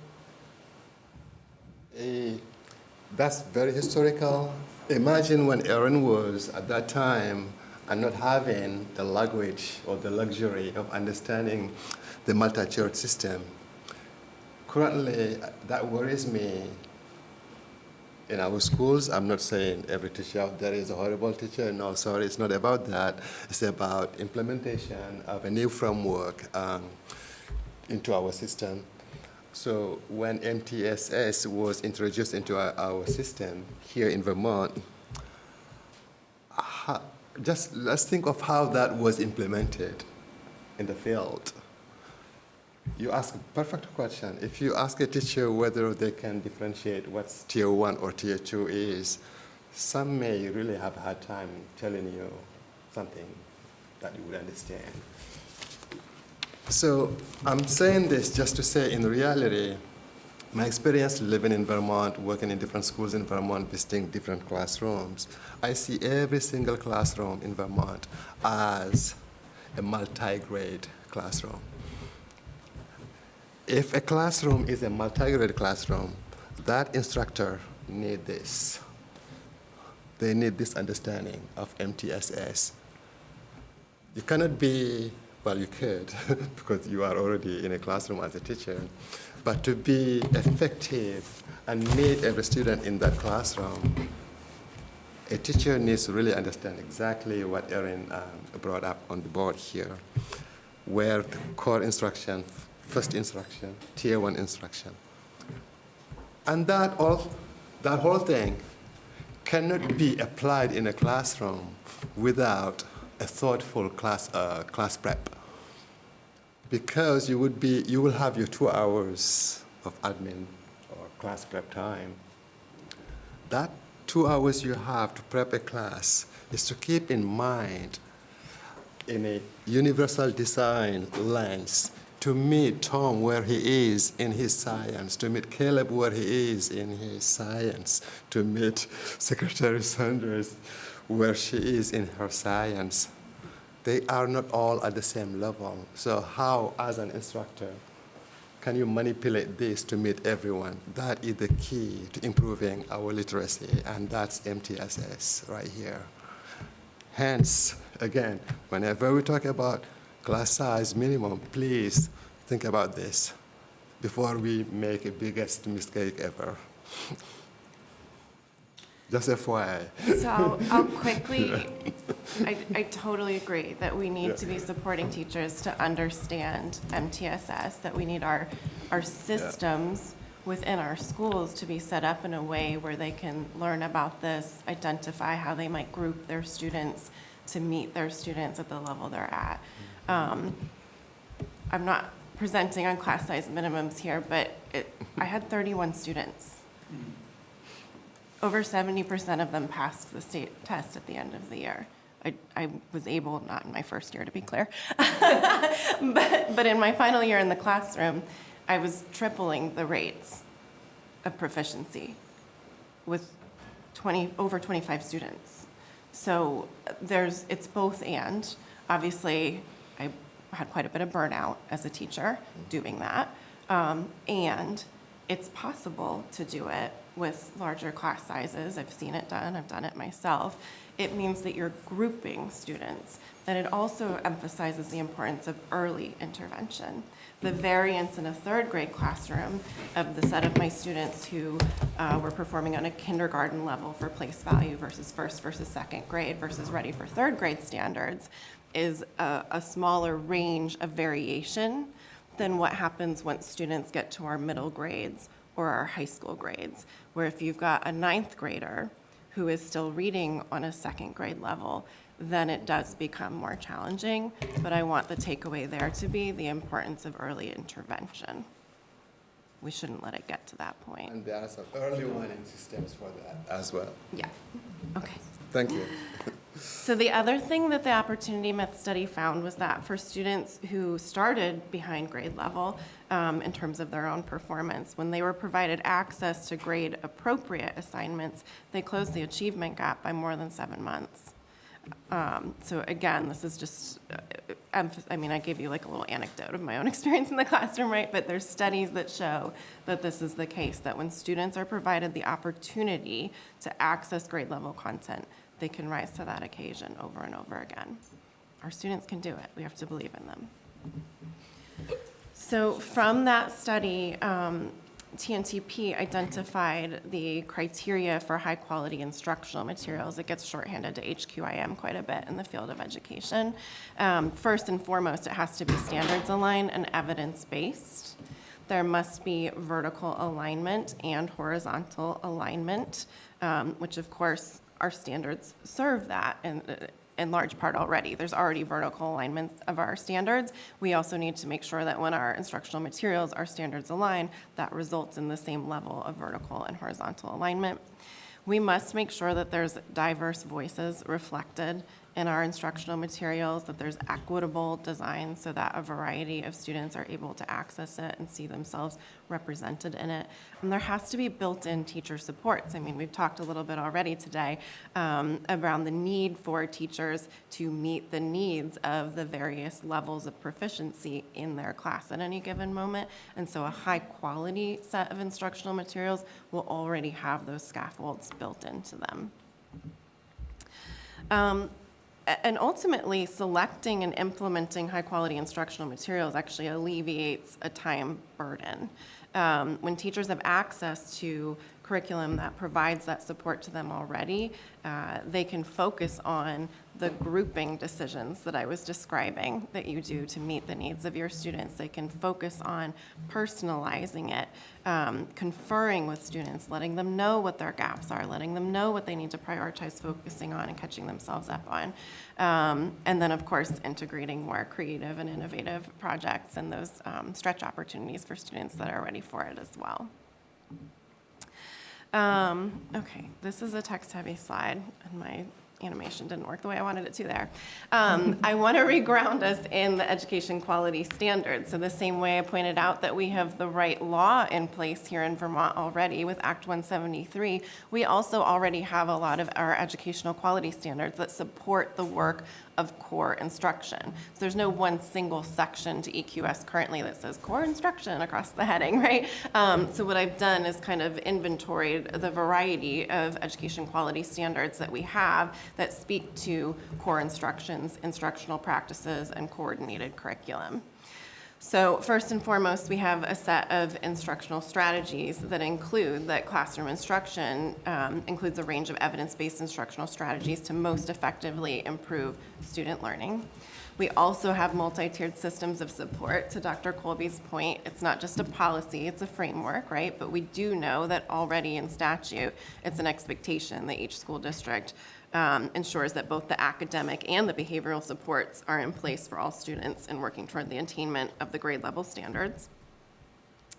2120.6 is the curriculum content areas section. When I put up the nice update to our website, that's where you saw each of those tiles aligns to the content areas that have standards adopted for them by the state board already. And we know in EQS that it already states each school supervisory union or school district shall develop documented curriculum that's aligned with the standards approved by the state board that enables students to engage annually in rigorous, relevant, and comprehensive learning opportunities that allow them to demonstrate proficiency in those content areas on those student performance standards that you all have already approved. And then finally, of course, this is speaking directly to coordinated curriculum. So we know that districts are expected to implement a written curriculum that's developed pursuant to the section above around curriculum content areas and the standards that have been approved for them. And then there's this set of requirements about curriculum coordination, about how they need to be aligned with the standards, vertically aligned across grades, coordinated across the SUSD for that horizontal alignment, informed by ongoing research, designed to make sure all students can achieve the graduation requirements, and lastly, integrated with technology. And so I just want to kind of have a call to action here, right? That there is collective responsibility in order to make sure that core instruction is happening in the way that it should in all of our systems, all of our schools, and all of our classrooms. At the AOE level, you know, something that we're sharing today, that's again the work that the academics area has been focused on recently. We are responsible for providing clear guidance and support on the selection and implementation of evidence-based, high-quality curricular and instructional practices. So to reduce the burden to SUs and SDs, the agency is going to provide much clearer expectations around this and recommendations for curriculum and high-quality instructional materials.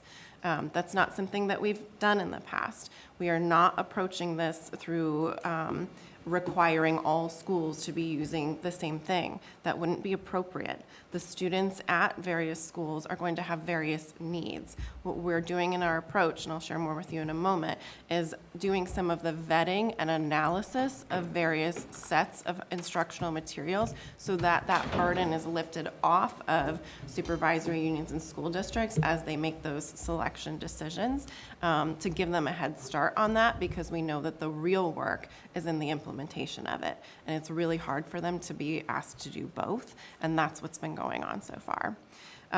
So again, that making informed decision is really the intention of the approach that we're taking. We also know that although the state is ultimately responsible for the education of its students, it delegates quite a bit of authority to school boards, right? School boards play an important role in supervising the selection of and implementation of instructional materials to ensure that their schools that they're supporting are meeting the goals of the educational quality expectations, right? That's already in law as well. And lastly, that supervisory unions and supervisory districts are ultimately the ones that are responsible for that selecting, documenting, implementing, and ensuring that the effective implementation of the educational quality standards related to core instruction is having the outcomes that they need for it too. So it's a collective responsibility. We're really increasing the leadership and the support that the agency is providing around this because this is such a high stakes priority for us. We also know that instructional materials alone is not going to give us the outcomes that we hope, right? So when we talk about core instruction, the instructional materials are only one component of that. So when we think about instructional coherence, there's actually a recent publication that came out of the Council of Chief State School Officers around making sense of instructional coherence at the state level. This is what we are working to do better at the agency. So we, of course, have a shared goal in terms of our students being proficient on the grade level standards. And in order to achieve that, yes, quality materials is one component of it. So this focus on instructional materials is part of it. But we also know that there has to be meaningful coordination aligned to that feels coherent, so that teachers aren't feeling like there's just this piling on of expectations and requirements of them, that they're not getting the support that they need to implement. So throwing a new curriculum at them without that is not going to have the impact that we would hope that it would. That's a good question. Yeah, of course. About coordination, are you also thinking about communication with school boards? I know your last slide indicated that school boards play a critical role in ensuring the goals of educational quality are achieved and selecting materials. And from someone who's been on a school board for a very long time, I can tell you that was not in our purview at all. Yeah. So I think there's a pretty significant disconnect with school boards needing information on this work. Yeah. And what role they play. Yeah, so I know we've been talking in our conversation so far quite a bit about the support that teachers need with this focus. We've also talked a little bit about the support that SUs and SDs need, that we're hoping to increase what we're providing to them. There's also a need to support our school boards. Who can then and our support school the board SU members. and the teachers. So, if we really think about a strong theory of action of how we're going to pull this off, it means that at the agency level, at the school board level, at the SUSD leadership level, at the school level, principal, teacher, et cetera, all of us are going to have to lean in. I do have an upcoming meeting with the Vermont School Board Association to discuss their model policy around coordinated curriculum. So that is a lever that we're pulling on. But until I have that meeting, I don't have specifics of how exactly we're going to do it, but absolutely that is an important part of the implementation of this work. And we know that there's a need for more support there too. Good. Thanks. Can I ask, have districts requested guidance from the agency? Yes. Because I know there's always been this tension about, curriculum is decided by the district, and there's benefits to the freedom and the ability to sort of shape something that's unique to your district, but at the same time, I can imagine that would create challenges because maybe districts are not fully equipped, which, goes to you vetting different programs, which I think is really helpful. We've consistently heard a request to provide stronger leadership in this area, and that directly informed how we organize the agency in creating additional leadership roles and support around curriculum and instruction. Erin will walk you through the process of how we're continuing to engage our educators, in particular curriculum directors, is really co-designing that criteria, which I think is important to the process. Yes, so we have already met multiple times with VCLA, the Vermont Curriculum Leaders Association, to get their input and support. We did share with them, as far as our process, an initial draft of what we were thinking the key criteria areas would be. They then provided a round of feedback and input on what else they thought should be included. We incorporated that and revised it and then met with them again. We also shared in between those two meetings, we had one of our monthly superintendents calls, and one of our breakouts for that was focused on this same topic. So we've also put this in front of a set of superintendents. I'm getting a nod from the superintendent in the room. And at this point, we've incorporated the feedback from those two rounds to the version that you see in front of you today. It does still say draft on it because we do want to get additional stakeholder input. The other group that we've had the opportunity to put this in front of so far, before this public setting, of course, is Secretary Saunders mentioned earlier the supports that we've been providing to our newly identified CSI schools. So again, those are the schools that have been identified as needing the most support right now. And with that CSI designation comes some additional support from the agency. We have been having approximately monthly calls with them where they've been sending superintendents, principals, and curriculum directors, some cases directors of student supports as well, as we've presented on different topics. And one of our topics was this one that we're talking about today. We got overwhelmingly positive feedback from really all of those groups. Folks are excited that we're working on this, but particularly that last group, not surprisingly, the schools that aren't performing at the level that we or they want to are really eager to have the support and guidance on how they can improve. And actually, in the follow-up survey that we did, they shared with us that within their continuous improvement plans, they're all required to do SIPs, CIP plans, right? That they have identified as one of their strategies, instructional materials. So we're pretty excited that there's some momentum building around this, and we have plans to continue to engage with folks around what this looks like. What we're going to do, and what you'll see in this version of it, is that we've identified the different criteria areas, and we've crosswalked them with the EQS. So alignment to standards is, the first thing. I mean, do not pass go for core instruction if you're not aligned to standards, right? And that we know already aligns to EQS 2120.7a. Another one that I would direct you to is the equitable, anti-racist, culturally responsive, anti-discriminatory, inclusive, and accessible. That language comes directly from the Act 1 revisions to EQS 2120.6. And that tends to be a gap in many curricula programs that you can purchase, right, that are a little bit more off the shelf. And that's an example where our approach of analyzing various programs against a set of criteria would be supportive for folks to make decisions, not just about the selection, but also about the revisions and customizations. It's not that you should just say, you're never gonna find the perfect curriculum. You always should make revisions to it, customizations. We know that currently, if you look at the market for what's available right now out there, that is an area that many curriculum vendors are working on improving.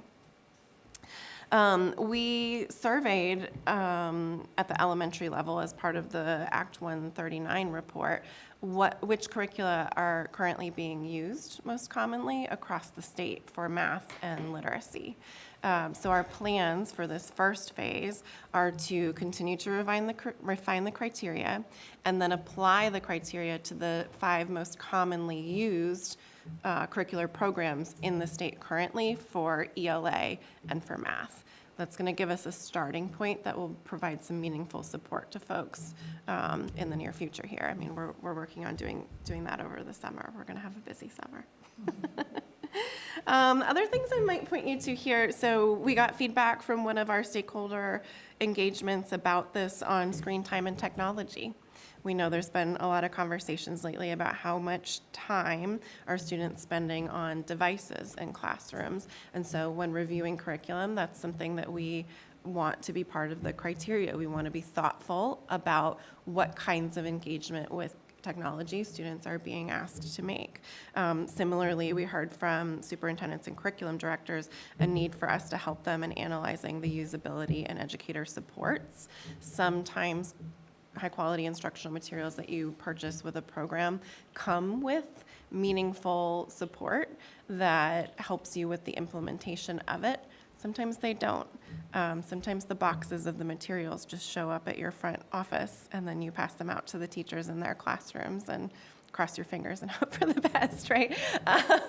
And so we know that sometimes schools are doing a lot of the additional support around that themselves, but there has to be some folks who are being lead learners about the curriculum in order to support the effective implementation of it to get the outcomes that we want. And some vetting of what kinds of supports and what the costs are associated with that is another specific ask that our supervisory unions and school districts have made of us for this process, because it's pretty labor intensive for them to look into that as part of their process, and that's something we can facilitate at the state level. Any questions about the criteria or our approach here? I will name this is different from what many other states are doing. A lot of other states are just saying, here's your 3 curriculum that we've given a green light to. You must pick one of these 3. We feel like it's a lot more meaningful to analyze curricular programs against these criteria that are informed by Vermont educators across the state, and then still let there be local decision-making on this. But it lifts some of that burden that I was describing off of them in doing the level of research that's really necessary and appropriate to make sure that they're making an informed decision about it. Okay, and then a future phase of our work regarding this is to support districts and schools with their actual implementation. So there's a framework from Rivet Education about the different phases of high quality instructional materials implementation. Our goal is for schools to be able to identify where they are on this continuum, and for us to have a set of meaningful aligned tools to each of these phases that are at their disposal to help them with moving to a later stage of implementation and maintaining it, right? I mean, the other thing about implementing instructional materials and curriculum is that as soon as you have turnover, there's a need for renewed training and focus on it to maintain your current level of implementation too. So we're excited that this will be another meaningful support that we can provide. And as far as those tools, we've also done some work with our Act 173 working group, which is representative across the state. I meet with them every other week. They've been giving me really meaningful and helpful feedback directly from what's happening in our schools around what the needs are. And they've helped me to design and outline this criteria for those tools. So we already know what's going to be useful about the tools for each of those phases of implementation based on the feedback that they give us. So systemic cohesion, that it's a united framework supporting the continuum of work from general education teachers to special education, to de-silo that and meaningfully incorporate MTSS, that it's practical, they don't need really, really long, lengthy reports, they need practitioner-friendly resources, that it helps them with meaningful and actionable data, and lastly, that it addresses meaningfully equity and capacity in their settings too.